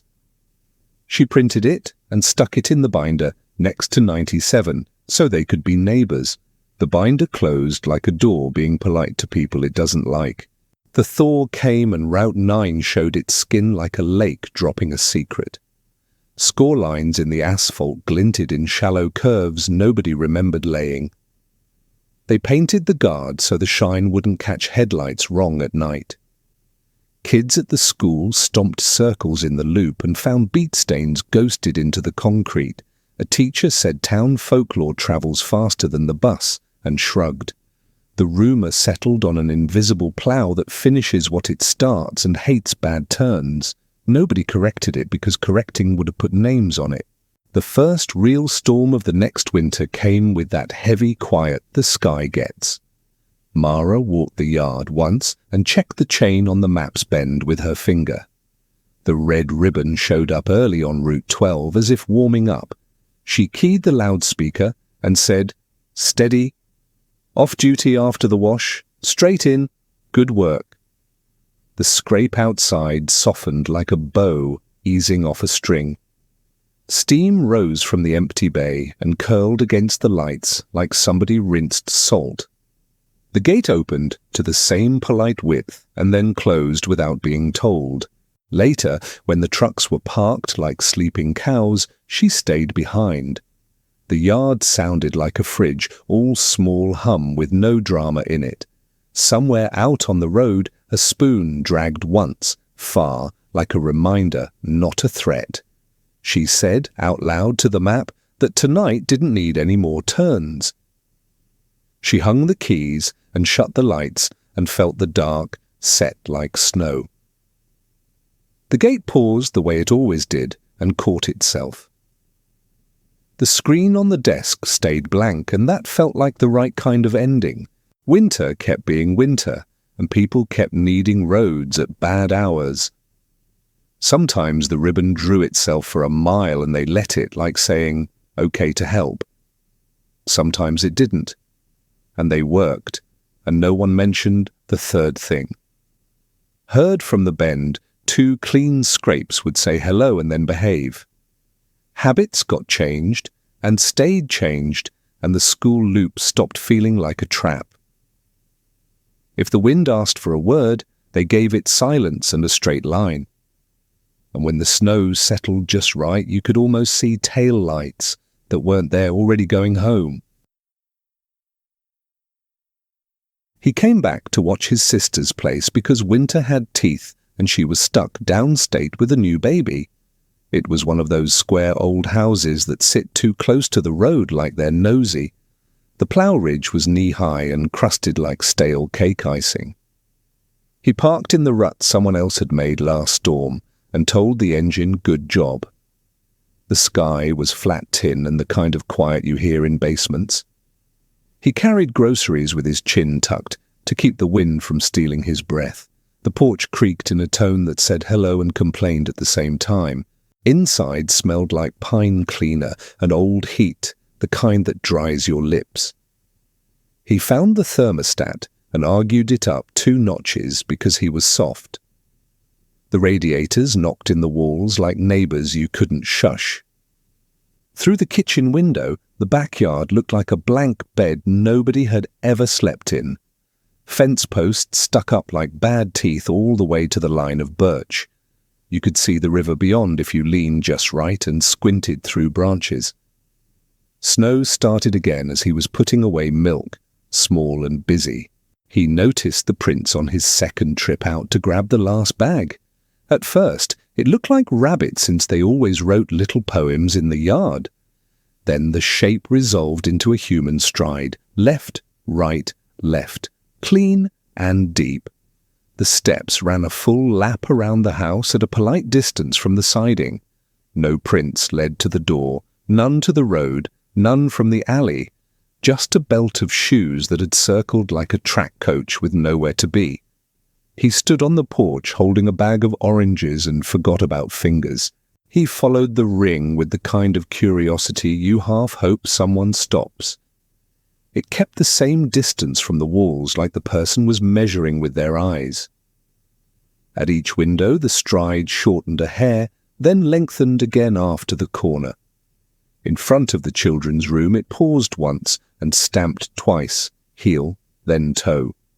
The tread was smooth and old man plain, not boots, not sneakers, just shoes. There was a tiny scallop on the right heel like a chip in a tooth. He checked the gate and found it buried in drift and chained from the inside. The doorbell camera had died in the last cold snap, according to his sister's texts. He pulled it off the plate and the battery light blinked miserable red. The backyard motion light had been unscrewed to a half-turn that kept it dark. He screwed it tight with cold fingers, and it flared on like it had missed its cue. The ring of prints threw a long circus of shadows when the light hit. Each step turned into a little pond, rimmed with night. He said, "Not funny," to the yard, and the yard stayed boring. Old Mrs. Hale across the road cracked her door and raised 2 mittened fingers. He crossed, and she didn't invite him in, because winter people talk on thresholds. She said the tracks showed up after midnight and went around for an hour. She said she watched from her upstairs like TV because sleep was rude lately. She never saw a body, not even breath, just the line growing itself single file. Her little dog refused the yard and peed on the welcome mat in protest. She told him to sprinkle salt because reasons don't matter if you feel better. Dusk took the colour out of everything like a wash cycle that ran too long. He put water on for cocoa and found the cinnamon because that's what you do. The radiators quieted and then knocked one loud sentencing knock. He walked the round again with a flashlight and a too-big coat. The prints were softening under new snow, but held their shape like a stubborn thought. He left a bucket of salt by the back steps like a talisman. The kitchen clock clicked like a cheap metronome and kept him company. Around 10, the motion light popped and held, white as dentist glare. He lifted the blind with 2 fingers and saw a new ring starting inside the old one. The stride matched, but the spacing was tighter, like someone hugging the house. No approach lines, no leaving lines, just the belt drawing itself like a record groove. He watched it pass the sliding door and felt the glass cool his forehead. The light didn't catch a shadow, only the falling snow performing. His phone buzzed and gave him 1 bar that looked donated. He pulled on boots and decided to be an adult about it. He stepped into the yard and made his own messy prints toward the new ring. When he reached it, the circle had moved on 5 steps like he was being slow. He stomped across and cut it off near the corner by the maple. The circle slid around him like water finding a rock and kept going. He stood in the middle like a lighthouse that nobody owed. The air felt warmer inside the loop in a way he didn't appreciate. Back inside, he wiped the window with his sleeve and breathed until the glass cleared slow. Frost wrote little ferns and then erased them like a shy hand. On the next wipe, he saw 3 letters traced in the wet from the outside. They were neat and old-fashioned and spelled his last name wrong by 1 letter. The ring of steps tightened another notch like a belt after dinner. The cocoa tasted like cinnamon and pennies, and he drank it anyway. He told the empty kitchen he'd sleep in the living room and keep the lights low. He set up camp on the couch like a kid who lost a bet with sleep. Pillows at his back, boots by the door, coat laying there like a dog. The TV stayed on mute so the light could pretend to be company. The kettle ticked on the stove because hot water feels like control. Every 10 minutes he checked the window with 2 fingers on the blind. The ring outside kept moving like a slow second hand with opinions. Fear stayed small as long as he kept giving it little jobs. Around midnight, the circle slowed at the side with the kids' room. He texted his sister anyway, even though she was nursing and exhausted. The bar crawled, sent, and then the phone thought about dying. A voicemail landed with no length and that cheerful little icon. The doorbell camera blinked once like it wanted to help, and then sulked again. He stood at the glass and heard snow brush the siding like a coat being patted. The motion light stuttered, then burned steady and made everything too clear. He shook salt along thresholds like he'd seen in a movie and didn't believe in. The shaker clumped and broke in little avalanches along the rug edge. He chalked a pale line inside each door because lines feel like rules. In the basement, he found damp silt from fall flooding dried like suede. There were faint smears in it that might have been old boots or just wishful thinking. The furnace coughed once, and the ductwork knocked back like pipes arguing. He told the basement to act normal, and the basement tried. He thought about calling the county and heard himself explaining footprints with no beginning. The thought tasted dumb, so he took pictures instead, like proof had weight. The phone flash made the yard look stagey and fake, too many shadows. In the photos, the circle wasn't there at all, just smooth snow like a lie. When he set the flash to off, the window reflection caught a scuffed arc. He checked again in real life, and the prints were still stubborn and real. He felt tricked by his own pockets and put the phone face down. Mrs. Hale called his cell because the landline was buried under a stack of mail. She said the circle paused by the old sandbox, and a shape sat a second. She didn't see a body, just the way the snow pressed and then let go. She said the heel had a little chip on the right shoe, same as earlier. He hadn't told her about the chip and felt his stomach pick a floor to drop. Her dog barked twice and then whined like it had stepped on its own tail. She told him to hang clothes by the back door because her mother did. He went out with a tape measure because measuring makes things simple on purpose. The stride ran clean at 28 inches, give or take his cold hands. He set the end of the tape in a print, and the circles slid past like tide. At the fence line, the track crossed through a slat gap snow had covered. There wasn't a smear, just a clean pass like snow had agreed to part. Tiny grains stood stacked on the cut edge like sift lines in flour. He said okay to nobody and reeled the tape back into his palm. Inside, the stairs creaked one polite step the way they do in old houses. He stared at them until he was mad at wood for acting like wood. He sifted flour across the hallway because he was done pretending calm. The kettle screamed and he pulled it off, breath shallow and stupid. When he looked back, one shallow scallop sat near the baseboard. Not a whole print, just that same chipped heel, like a signature. The flour puffed from the heat vent and drifted toward it like confetti. He wiped the window again, and frost drew ferns and erased them like a shy kid. This time the letters were neater, and his last name was spelled right. A small arrow pointed down the glass like a librarian telling him where. He hated the idea of the basement and got the flashlight anyway. The neighbor's dog trotted up to the porch and refused the threshold without drama. He told it good taste and left it keeping watch like a tiny guard. The stairs groaned in that middle place that always makes people careful. The basement smelled like wet cardboard and old iron and somebody else's suitcases. He found one boot on a nail, cracked and curled like a horn. An apple crate held tools from 3 owners ago with tape labels faded near gone. On the wall, low, child height, someone had drawn a circle in pencil long ago. The dust there was rubbed clean along the same path, a loop inside the loop. Newspaper clippings in a plastic sleeve talked about a meter reader who went missing one winter.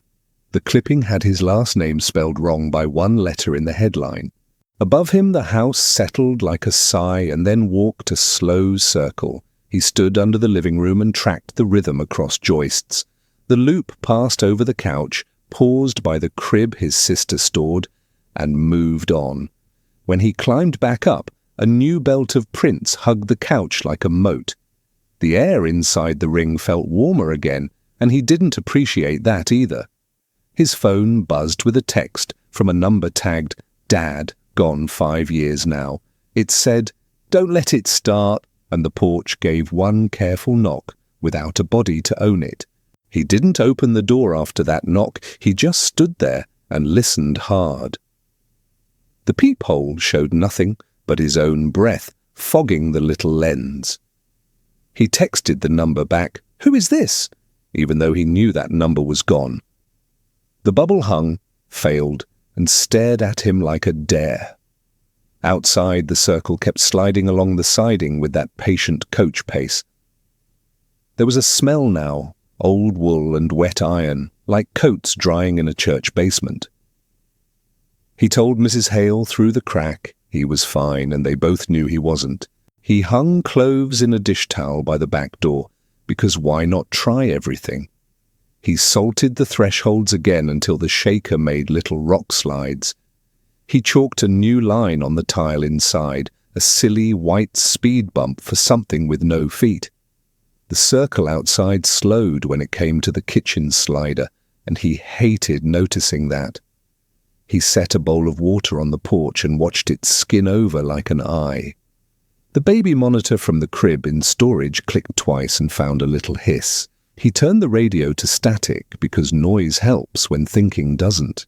He stretched sewing thread across the hallway at knee height, bell tied in the middle. He dusted flour from the stairs down to the couch like a runway nobody wanted. He sat with a thermos of tap-hot water because coffee made his hands shake. The ring tightened near the kid's room again and stamped once, heel then toe. On the glass, letters wrote themselves slow. May we? The last letter smeared like a kid learning cursive, then cleared. He wrote no with his knuckle, and the cold bit him for the nerve. A voicemail showed up with that too cheerful icon and no length. He hit play and heard a breath pull up a word and give up near me. The second sound was a little clap, like a meter door slapped and let go. He remembered the boot on the nail downstairs and the chip on the right heel. The print in the ring matched that chip, neat and thoughtless, like it had always. He stepped into the yard and cut the circle with his own clumsy tracks. It flowed around his footprints like water around a rock and kept going. His dad's text kept ringing in his head, that dumb, perfect line, "Don't let it start." He looked at the half-finished inside loop and decided the start was the first full belt. If it closed a circle around a door, that counted as invited, he figured. He dragged the push broom across the path right before the slider. The prince arrived, hit the smear, and hesitated like someone losing a word. 5 heartbeats later, the ring restarted itself 2 windows down. He tapped the glass with a knuckle and hated himself for treating it like a pet. He tried a metronome app on his phone and set it at the loop's walking tempo. The circle matched for a minute like it liked being led. He ticked it slower, and the steps dragged too, heel catching like an old man's. He sped it up, and the prince stumbled at the corner by the maple. He slid the grill across the deck to pinch that corner into a bad angle. The steps thumped twice, heel and toe out of rhythm, then found their dignity again. He stacked porch chairs there like he was helping gravity make a rule. The motion light hiccuped and died, and everything went soft and dim. He lit 2 candles and hated how dramatic they made the kitchen feel. The circle moved up onto the top step and paused like it was minding shoes. Salt skittered in little lines pushed by nothing he could see. Letters fogged into the door glass that spelled "turn" in blocky, patient strokes. He wiped it with the sleeve and wrote "no," and his finger squeaked. The knob twitched once like a shrug and then remembered how to be still. He thought about the clipping downstairs, that meter reader with his last name wrong. He walked the side yard to the meter box and found it bare of drift, too clean. The prince circled it like a wreath, heel chip winking in each step. Inside the box, the tag had his name, misspelled, the old wrong way. He printed the right spelling on masking tape and stuck it over the metal. He said his name out loud in the slow way people use at counters. The circle paused long enough for the dog across the street to bark twice and breathe. He called nobody because the county would just say shovel and go inside. He nailed a strip of wood across the back threshold like he was closing a season. He laid a kid's prayer his mum used to whisper on a scrap and slid it under the mat. Flour on the living room floor found a new scuff like a signature trying to be bolder. The belt tightened to the rug and made a tidy moat around the couch. He stepped into the middle and felt that wrong little pocket of warm again. "Shift's over," he said to it, voice flat, and kept his hands at his sides. Dawn came on grey and lazy, and put a skin on everything. The outside ring softened into mush, while the inside one held like pencil on paper. He swept the flour with a slow broom and left a fat break in the loop. Mrs. Hale waved from her door with a mitten that looked proud of itself. Her dog finally trotted into their yard and pretended it had always liked it there. He texted his sister all good and believed it halfway. On the kitchen glass, a small "thank you" wrote itself faint and spelled right, and a single chipped heel mark waited on the first stair, like punctuation. He stared at that single chipped heel on the first stair like it might blink. He said, real quiet, that the steps stop here, house rules. The air in the hallway felt warmer in a pocket he didn't like. He brushed the mark with his sleeve, and flour dust came off like chalk. The bell on the thread trembled once, and then held still again. Mrs. Hale's dog barked twice outside like it was keeping time. He told the dog, through the door, "Good job," because encouragement felt useful. He checked the rooms up there one at a time, like you do in hotels. The spare rooms smelled like dust and laundry sheets and never-used pillows. The kids' room had the crib stored in pieces and a nightlight still plugged. Carpet pile near the baseboards leaned in a thin circle like a brush mark.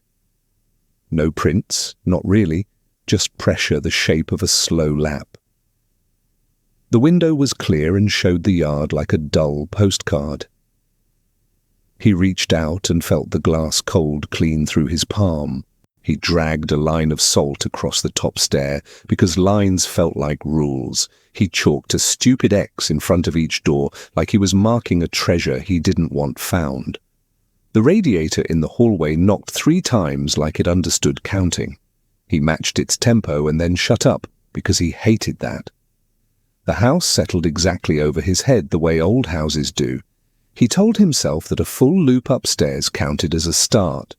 He decided not to let upstairs become a new route. The phone blinked a voicemail from that not right number again. He didn't want to press it, and pressed it anyway because people do. His dad's voice said turn, flat and tired and nothing else. He told the phone no, and set its screen down like that mattered. He pulled a laundry basket into the hall to wreck the circle's path. He shoved a chair leg into the doorway to bend the route ugly. He taped arrows on the floor that pointed straight to the front door like an evacuation map. He went out back with a shovel to see if the ring outside had given up. A third ring had started, closer in, neat as a bracelet that wanted skin. He chopped across it, and it flowed around the cut like water around stone. Near the fence, his shovel hit something small and not ice-hard. He dug with his gloves and came up with a plastic punch card on a rotten lanyard. The name on it was his last name spelled wrong the old way again. He held it like a ticket and hated how right it felt. He took the card to the basement because that's where old names end up. The circle someone had drawn on the concrete years ago looked cleaner now. Dust was scuffed in that easy oval like a kid practicing. Near the river wall, a hairline crack had a rim of bright frost. He put his ear to it and heard a low water hush like a sleeping mouth. The worm of the old sump pump flexed once and forgot to turn on. He pictured a man with a clipboard walking loops while the house learned him. He set a time card from a junk drawer on the kitchen counter. He wrote the wrong last name and crossed it out and wrote the right one slow. He printed off-duty under it because words are small switches. He set a thermos by the back door and twisted the lid until it creaked. He put the curled old boot from the nail on the mat like a lost and found. He said, steady. Route's done, shift's over, go home now. The bell on the thread in the hall chimed once, like it had an opinion. The outside ring slowed, pressed at the slider, and stepped off the porch. On the glass, letters fogged into "May we rest," neat and polite. He wrote outside with his knuckle, and the cold bit him clean. The circle moved to the porch edge and paused like it was clocking out. The old wool smell thinned until it was just winter again. Mrs. Hale's dog lay down in the snow with its head up like a guard. He picked up the curled boot and didn't love his next idea. He walked to the river with the boot in a grocery sack because pockets felt wrong. The birches clicked weakly in a wind that didn't want to commit. Snow thinned near the bank and showed old ice cut by black lines. He stood where the water kept moving and told it what he had. The dog followed to the fence and wouldn't step closer than a yard. He tossed the boot out just enough to let the current take it. It rolled like a slow seal and slid under, done being a sign. On the way back, he looked over his shoulder because movies taught him to. A clean line of steps had walked beside his tracks and ended at the water. No start, no scatter, just a straight goodbye like a good worker leaving.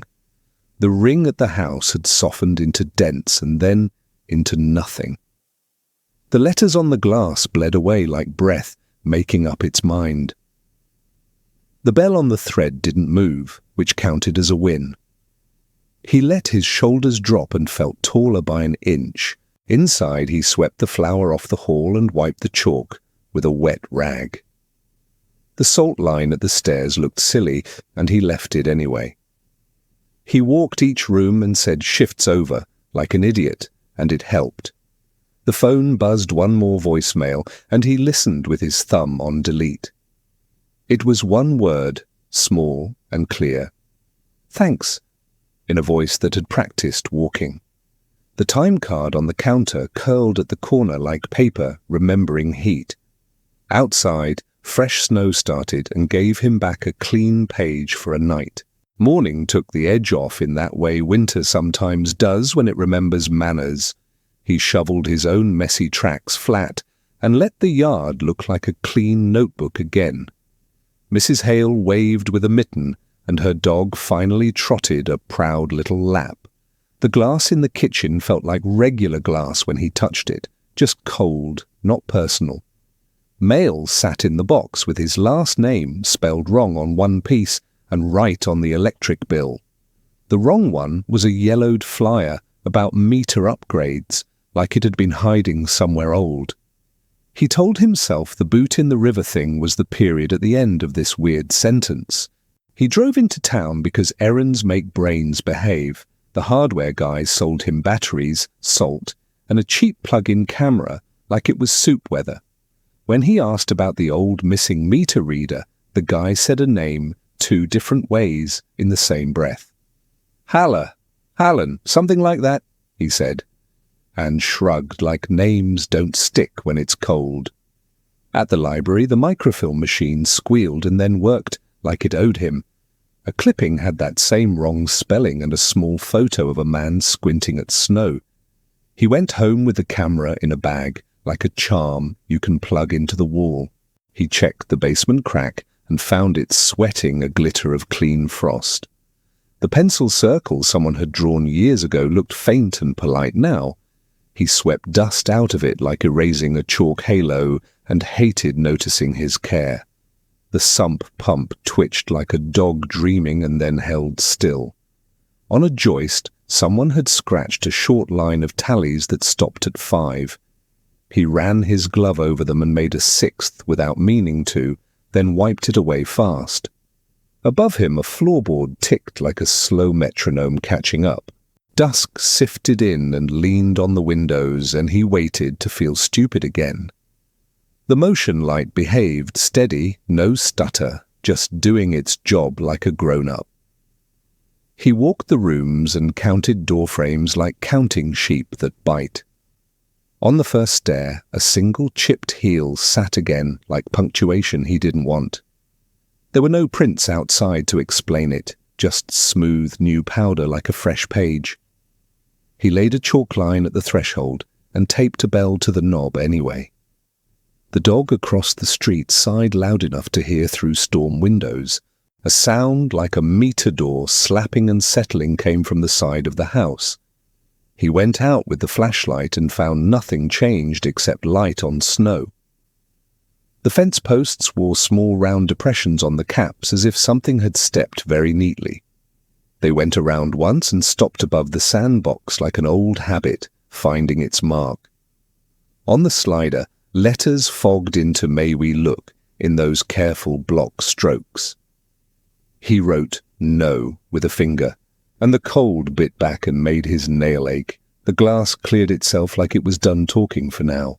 His phone coughed up another voicemail from the number that wasn't alive anymore. He didn't want to listen, and did, because that's how it goes when you're alone. One word came through, "Start," in his dad's voice that had learned winter the hard way. He said "no starts" out loud, not loud, just steady, like telling a kid we're not buying candy. He printed "off-duty permanent" on the time card and leaned it against the thermos. The bell on the thread in the hall stayed still, as if it had turned into part of the wall. He hummed a lazy lullaby his mum used to like, and hated that it helped. Around 2, the power blinked, and the house exhaled every sound at once. The furnace stopped, and the ducts quit talking, and silence arrived with shoes off. In the wall between studs, he heard the soft part of steps making a circle. Not in the room, in the space behind the paint, soft as a coat sliding past itself. He dusted baby powder along the baseboards and watched it lift in a ring like breath. He sat in the middle of the living room and let the warmth find him again. He said, calm, "That's close enough," and the wall steps slowed like they'd heard manners. Mrs. Hale called to say someone was on his porch and then apologized to the air. He peeled the curtain and saw prints on the boards that started at the mat and never reached the steps. They circled the porch in tidy old man shoes, heel chip shining in each shallow dent. No approach, no leaving, just a belt of pacing like a teacher on a hallway break. He opened the inner door and left the screen latched and said, "Shifts over," to wood and wind. The porch prints paused by the bell and didn't ring it. The dog across the street made that low, serious sound dogs say for strangers they almost respect. He wrote a note and taped it to the glass because paper is a small authority. "Not here, wrong name, try the river office," it said in his bad block letters. He put the old punch card and the wrong-spelled flyer in an envelope and tucked it under the bell. The prints moved once more and then made a clean half-circle away, like a hat tip you can't see. Frost traced OK, and then cleared like it had practiced. The porch boards let go of their dents by a hair, slow, not magic, just deciding. He shut the door and let the latch feel like a choice. Sleep came sideways and brought dreams that were just errands in snow. He woke too early and then too late and felt better than he deserved. Fresh powder had filled the yard and kept its secrets like a good neighbour. The mailbox held a meter slip with his name spelled right, and the box checked estimated. A small printed note said inaccessible, and he laughed in a way that wasn't happy. On the driveway, round sun-warmed dots melted in a circle, and then forgot to keep melting. He stood in the door with coffee and told the morning he could live with that for now. The day dragged long and grey, the kind that makes lunch feel like midnight. He kept staring at the envelope with the wrong-spelled flyers like it might hatch. The note on the glass still stuck there, crooked and stubborn. He decided the river office needed a visit, even if it was a dumb idea. Errands dressed up as bravery sounded fine enough for an afternoon. He warmed the car and brushed the windshield clean in slow stripes. On the hood, Frost showed one chipped heel and then let it fade. The utility substation by the river sat small and square behind a fence. A tin sign said office, like it was embarrassed to be important. Inside, the place smelled like paper and wet boots and burnt coffee. A man with a green jacket and a cap that said crew looked up slow. He called him by the wrong last name first, then fixed it without being told.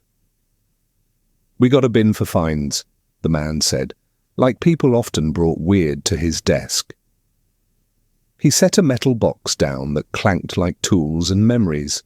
Inside the box sat old brass tags, a hole punch, and a stack of time cards. Some cards had smudged names, some had only numbers and a date. The man pulled one out with the wrong spelling and laid it flat. In the corner, someone had penciled a circle, small as a coin. "Route never closed proper," the man said, like he was selling a fact nobody wanted. He pointed to a line that said, "Turn," in shaky block letters and nothing else.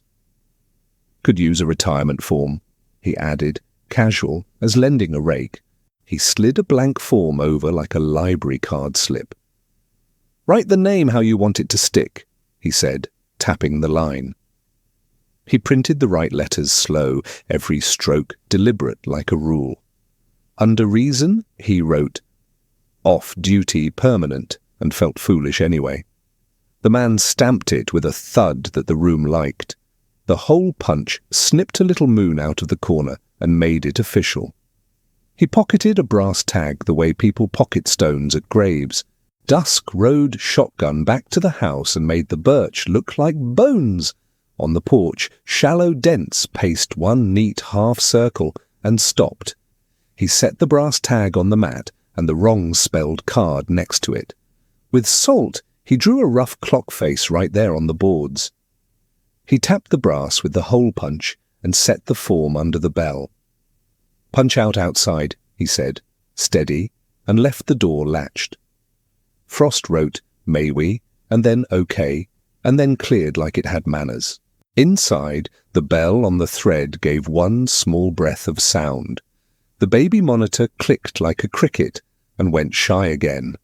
He filled the kettle and let it complain because complaining is normal. Through the glass, he watched the porch dents shiver a hair forward. The brass tag slid a thumb's width without a hand touching it. The hole punch lifted, tapped metal, and settled like it remembered work. He didn't blink, because blinking makes you miss the only true second. The porch ring tightened until it was just dents on the mat. The brass tag rose, kissed cold air, and clinked the punch by itself. He heard the softest click, like a seatbelt finding home.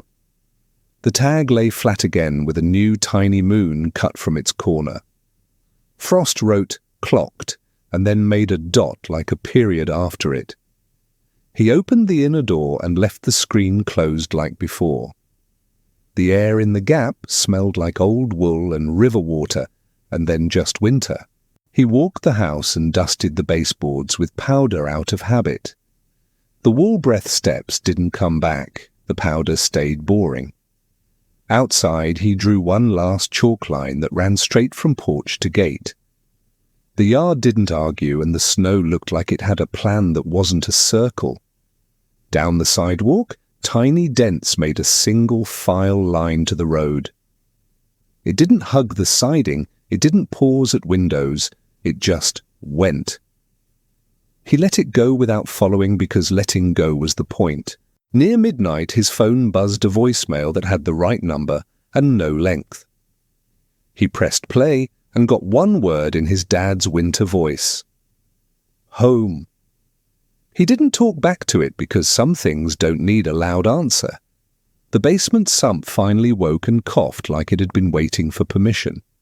The pencil circle on the wall looked tired and ordinary again. He left the salt line at the top stair because rituals like company. The dog across the street snored a dog snore and didn't keep watch for once. By morning, the yard had that blank, forgiving look people pay artists to fake. The porch boards had no dents, just regular old wood, pretending nothing. Mrs. Hale waved a mitten and told him her dog liked the snow again. Mail came with his name spelled right twice, and he said thank you to a bill. The brass tag on the counter felt room temperature and boring in his palm. He slid it into a junk drawer like a medal that didn't need a wall. On the mailbox, one chipped heel showed in drift, and then the sun erased it. Morning slid by quiet, like the house had finally found its inside voice. He called his sister and told her the yard was boring again, and meant it mostly.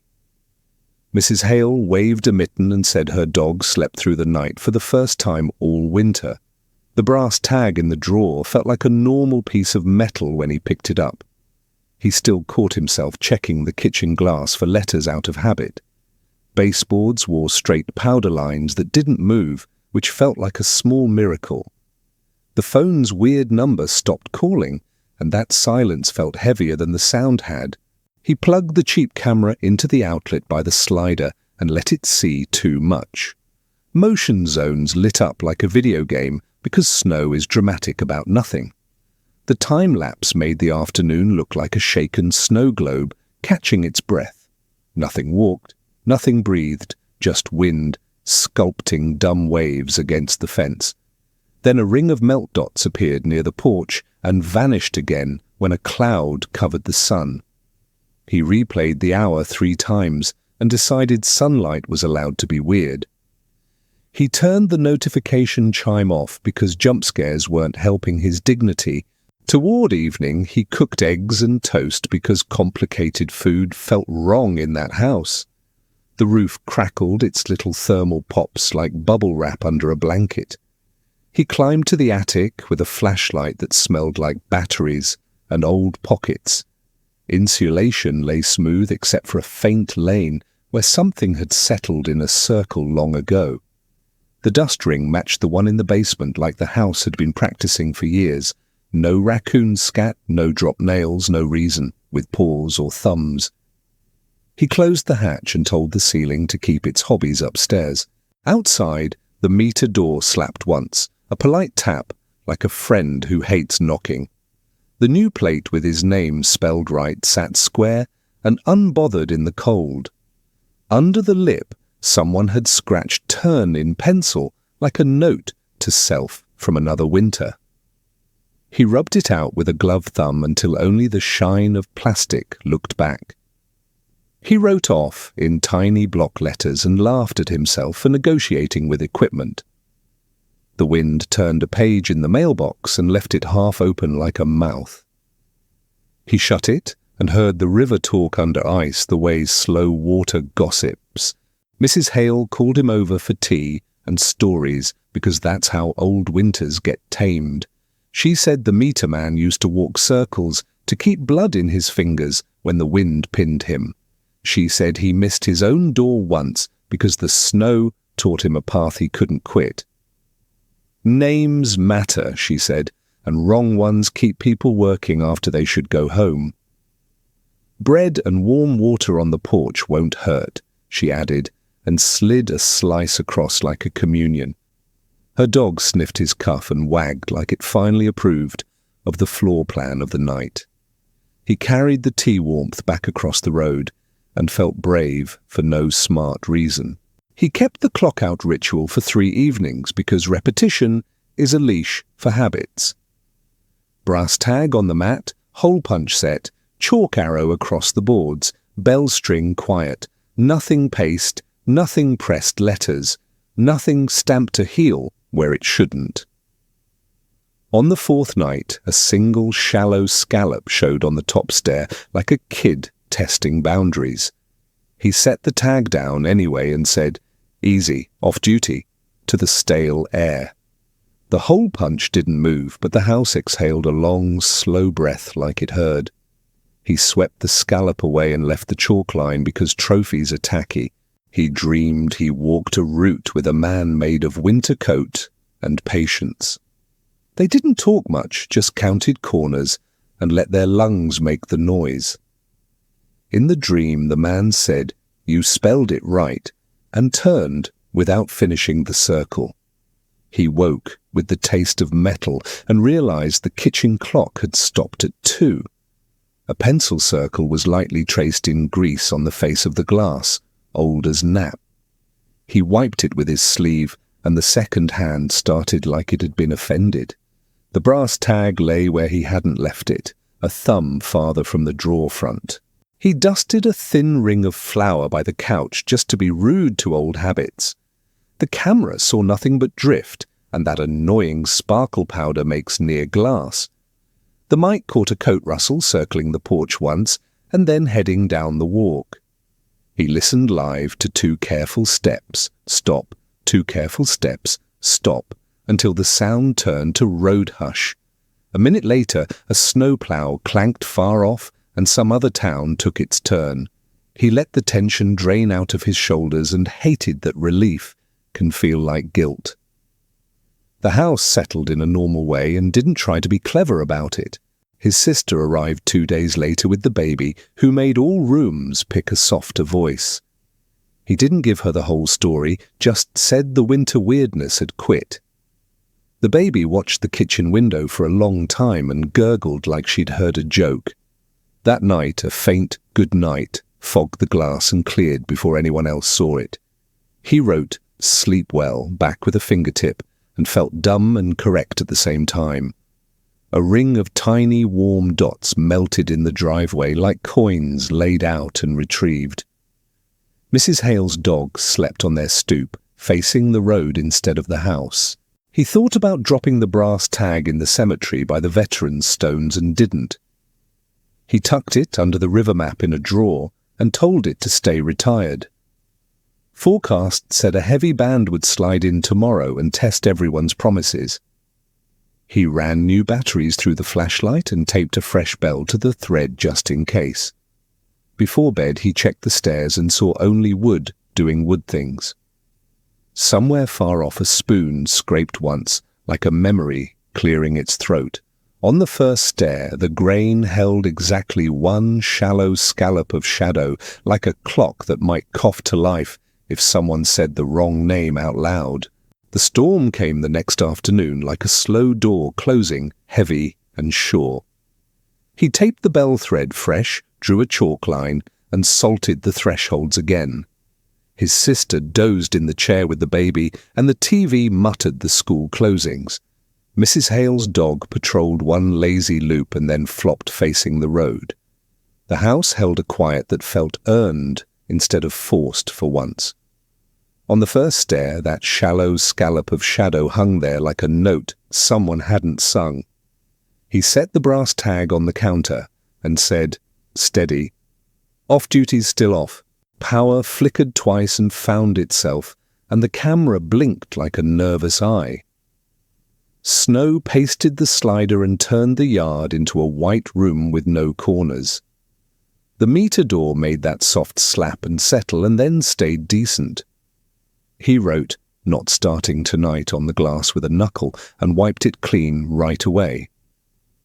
The baby gave a small fuss purr and decided sleep beat opinions this time. In the hall, the bell didn't move, which counted as a good grade. He ate toast standing up because chairs made him feel like he'd quit early. His sister asked about the chalk, and he said old superstition, which wasn't wrong. He told her the short version about the meter man walking laps to keep warm. He left out the wrong spelling and the river because she had enough to carry. Mrs. Hale came over with soup that smelled like February, trying to apologize. She said names matter and fed the dog a crust for doing nothing helpful. They sat at the threshold the way winter people always do and traded weather lies. The soup bowl steamed like a small house that meant well. Dark took the yard and the lights made their little islands on the snow. He chalked an arrow from the porch straight to the gate and felt silly doing it. Brass tag on the mat, hole punch on top, form under the bell like a little altar. Frost wrote "May we" in soft letters and scraped itself away before he could answer. He said, "Clocked, very soft," and shut the inner door without drama. The porch board settled and forgot to dent, which felt like manners. In the road, a plow went by and left a ribbon that looked like a decision. Inside, the powder he'd dusted along the baseboards stayed boring and flat. The wall didn't breathe a circle, and the ductwork minded its own business. The baby monitor clicked a tiny rhythm and then remembered it was a machine. His phone buzzed a blank voicemail he didn't open because not all buttons deserve a thumb. He turned the volume down to where you feel the vibration and not the sound. The first stare's scallop thinned like a cloud losing interest in being a shape. He told the house thank you, which felt dumb and true at the same time. Just before midnight, he stepped out to the fence with bread and a thermos. He set them on the post like a roadside table for a worker with no lunch break. The river talked under its skin with that old iron sleep hush. One clean line of prints appeared beside his and walked toward the water without starting. No circle, no pacing, just a straight line that meant done. He said the right names slowly and added, home, and the air took both like it knew where to put them. The prints ended at the dark seam and did not come back. When he came inside, the bell thread hung quiet in a tired, content way. The camera showed nothing except static and a sparkle the lens always lies about. He checked the stair, and the shallow scallop had gone flat as plain wood. The crib in pieces didn't feel like a landmark anymore, just furniture off duty. He wrote, sleep, on the glass, and it stayed only his handwriting for once. The kettle sighed, and the radiators ticked like they were counting down to ordinary. He slept on the couch and didn't dream a route. Morning's Plow Ridge looked like work, not a message, and that was perfect. A bright slip from the utility sat in the mailbox with his name spelled right. The little box for read was checked neat, and the note said, thank you, in a human hand. He filed the retirement form copy in a drawer that also held warranty cards and stray screws. Mrs. Hale waved 2 mittens and her dog did a happy figure 8 for no reason at all. The porch boards kept the same old dents they'd earned in other winters. He made coffee and didn't check the glass for letters because he didn't need to. Weeks rolled and storms came and acted like weather instead of relatives. Sometimes he saw a straight line of old man's shoes on the far side of the road. They didn't bend toward the house, didn't pause at the kid's window, didn't ask to start. He nodded once and let them go like you let someone clock out without a speech. The brass tag stayed in the drawer and never tried to be interesting again. The meter door still slapped now and then and always in daylight. He kept the chalk in a mug and never had to use it, which felt like the right kind of tool. His sister said the house felt kinder, and he said it was just the baby changing the air. He taught her the ridiculous rituals anyway because families share nonsense. Bread on the porch some nights, a thermos of hot water by the gate for luck. Names on bills checked twice because it costs nothing to be correct. Mrs. Hale told the story to a neighbour and made it smaller the way you do for company. The dog started sleeping with its spine to the house and its eyes on the road. Sometimes that felt like wisdom wrapped in fur, and sometimes just like a dog being a dog. Late winter loosened its fingers and gave up patches of ground like receipts. He found the punch card under a shovel by accident and laughed at himself. The letters were faded and the wrong spelling looked harmless now. He fed it to the stove and watched it curl like a leaf, finally finding its season. The river ran louder, not haunted, just busy doing river tasks. On the first stair he saw only wood grain doing wood grain things. He stood there, listened to nothing important, and did not let anything start. He tells it simple when people ask. He says winter keeps leftovers nobody claims. He says those leftovers walk around looking for names. He shrugs like it's not his job anymore. He keeps his voice low and even. He lets the pauses do a little work. He doesn't try to win anyone. He still thinks about that lake sometimes. He hears 2 notes in the fridge hum. He waits calm for the third that never comes. He doesn't give it a place to sit. He keeps coins out of his pockets there. He keeps ropes coiled where hands can see. He doesn't whistle back at water. The plow story lives in his glove box. Paper smells like salt and old rain. The map's bend has a taped X now. He drives slow past it on purpose. He says, straight, straight, straight, like a lullaby. He doesn't say the other word anymore. Habit listens when you talk, that steady. Footprints still make him check windows. He watches for lines that don't begin. He checks for wrong letters on bills. He fixes them the first time now. Names carry jobs longer than they should. He keeps the chalk in a mug anyway. He likes having a rule that's cheap. He keeps a brass tag in a drawer. It's boring on purpose and stays there. He calls that a kind of success. He doesn't polish it or show friends. He doesn't tell where the river is. He doesn't brag about throwing boots. He lets things retire without applause. People ask what to do if it starts. He says, don't let it get that far. He says, close circles before they close you. He says, answer 2 notes, not 3. He says, off-duty is a real phrase. He says, wrong names make long winters. He says, straighten habits like roads. He drinks his coffee by the door. He listens for spoons dragging snow. He hears trucks and laughs at ghosts. He saves thanks for the easy mornings. He says hello to dogs that watch. He waves to neighbors holding soup lids. He lets quiet be regular, not spooky. When storms roll in, he sets small things. Bread on the porch if it feels right. Thermos by the rail like a joke. Chalk arrow toward the gate for luck. Bell thread hung loose, not sacred. Salt lines because salt is cheap. He calls it housekeeping and means it. He won't argue with anyone about truth. He wasn't collecting proof back then. He was trying not to invite things. He knows he messed up a few times. He learned to leave doors alone. He learned to keep names lined up.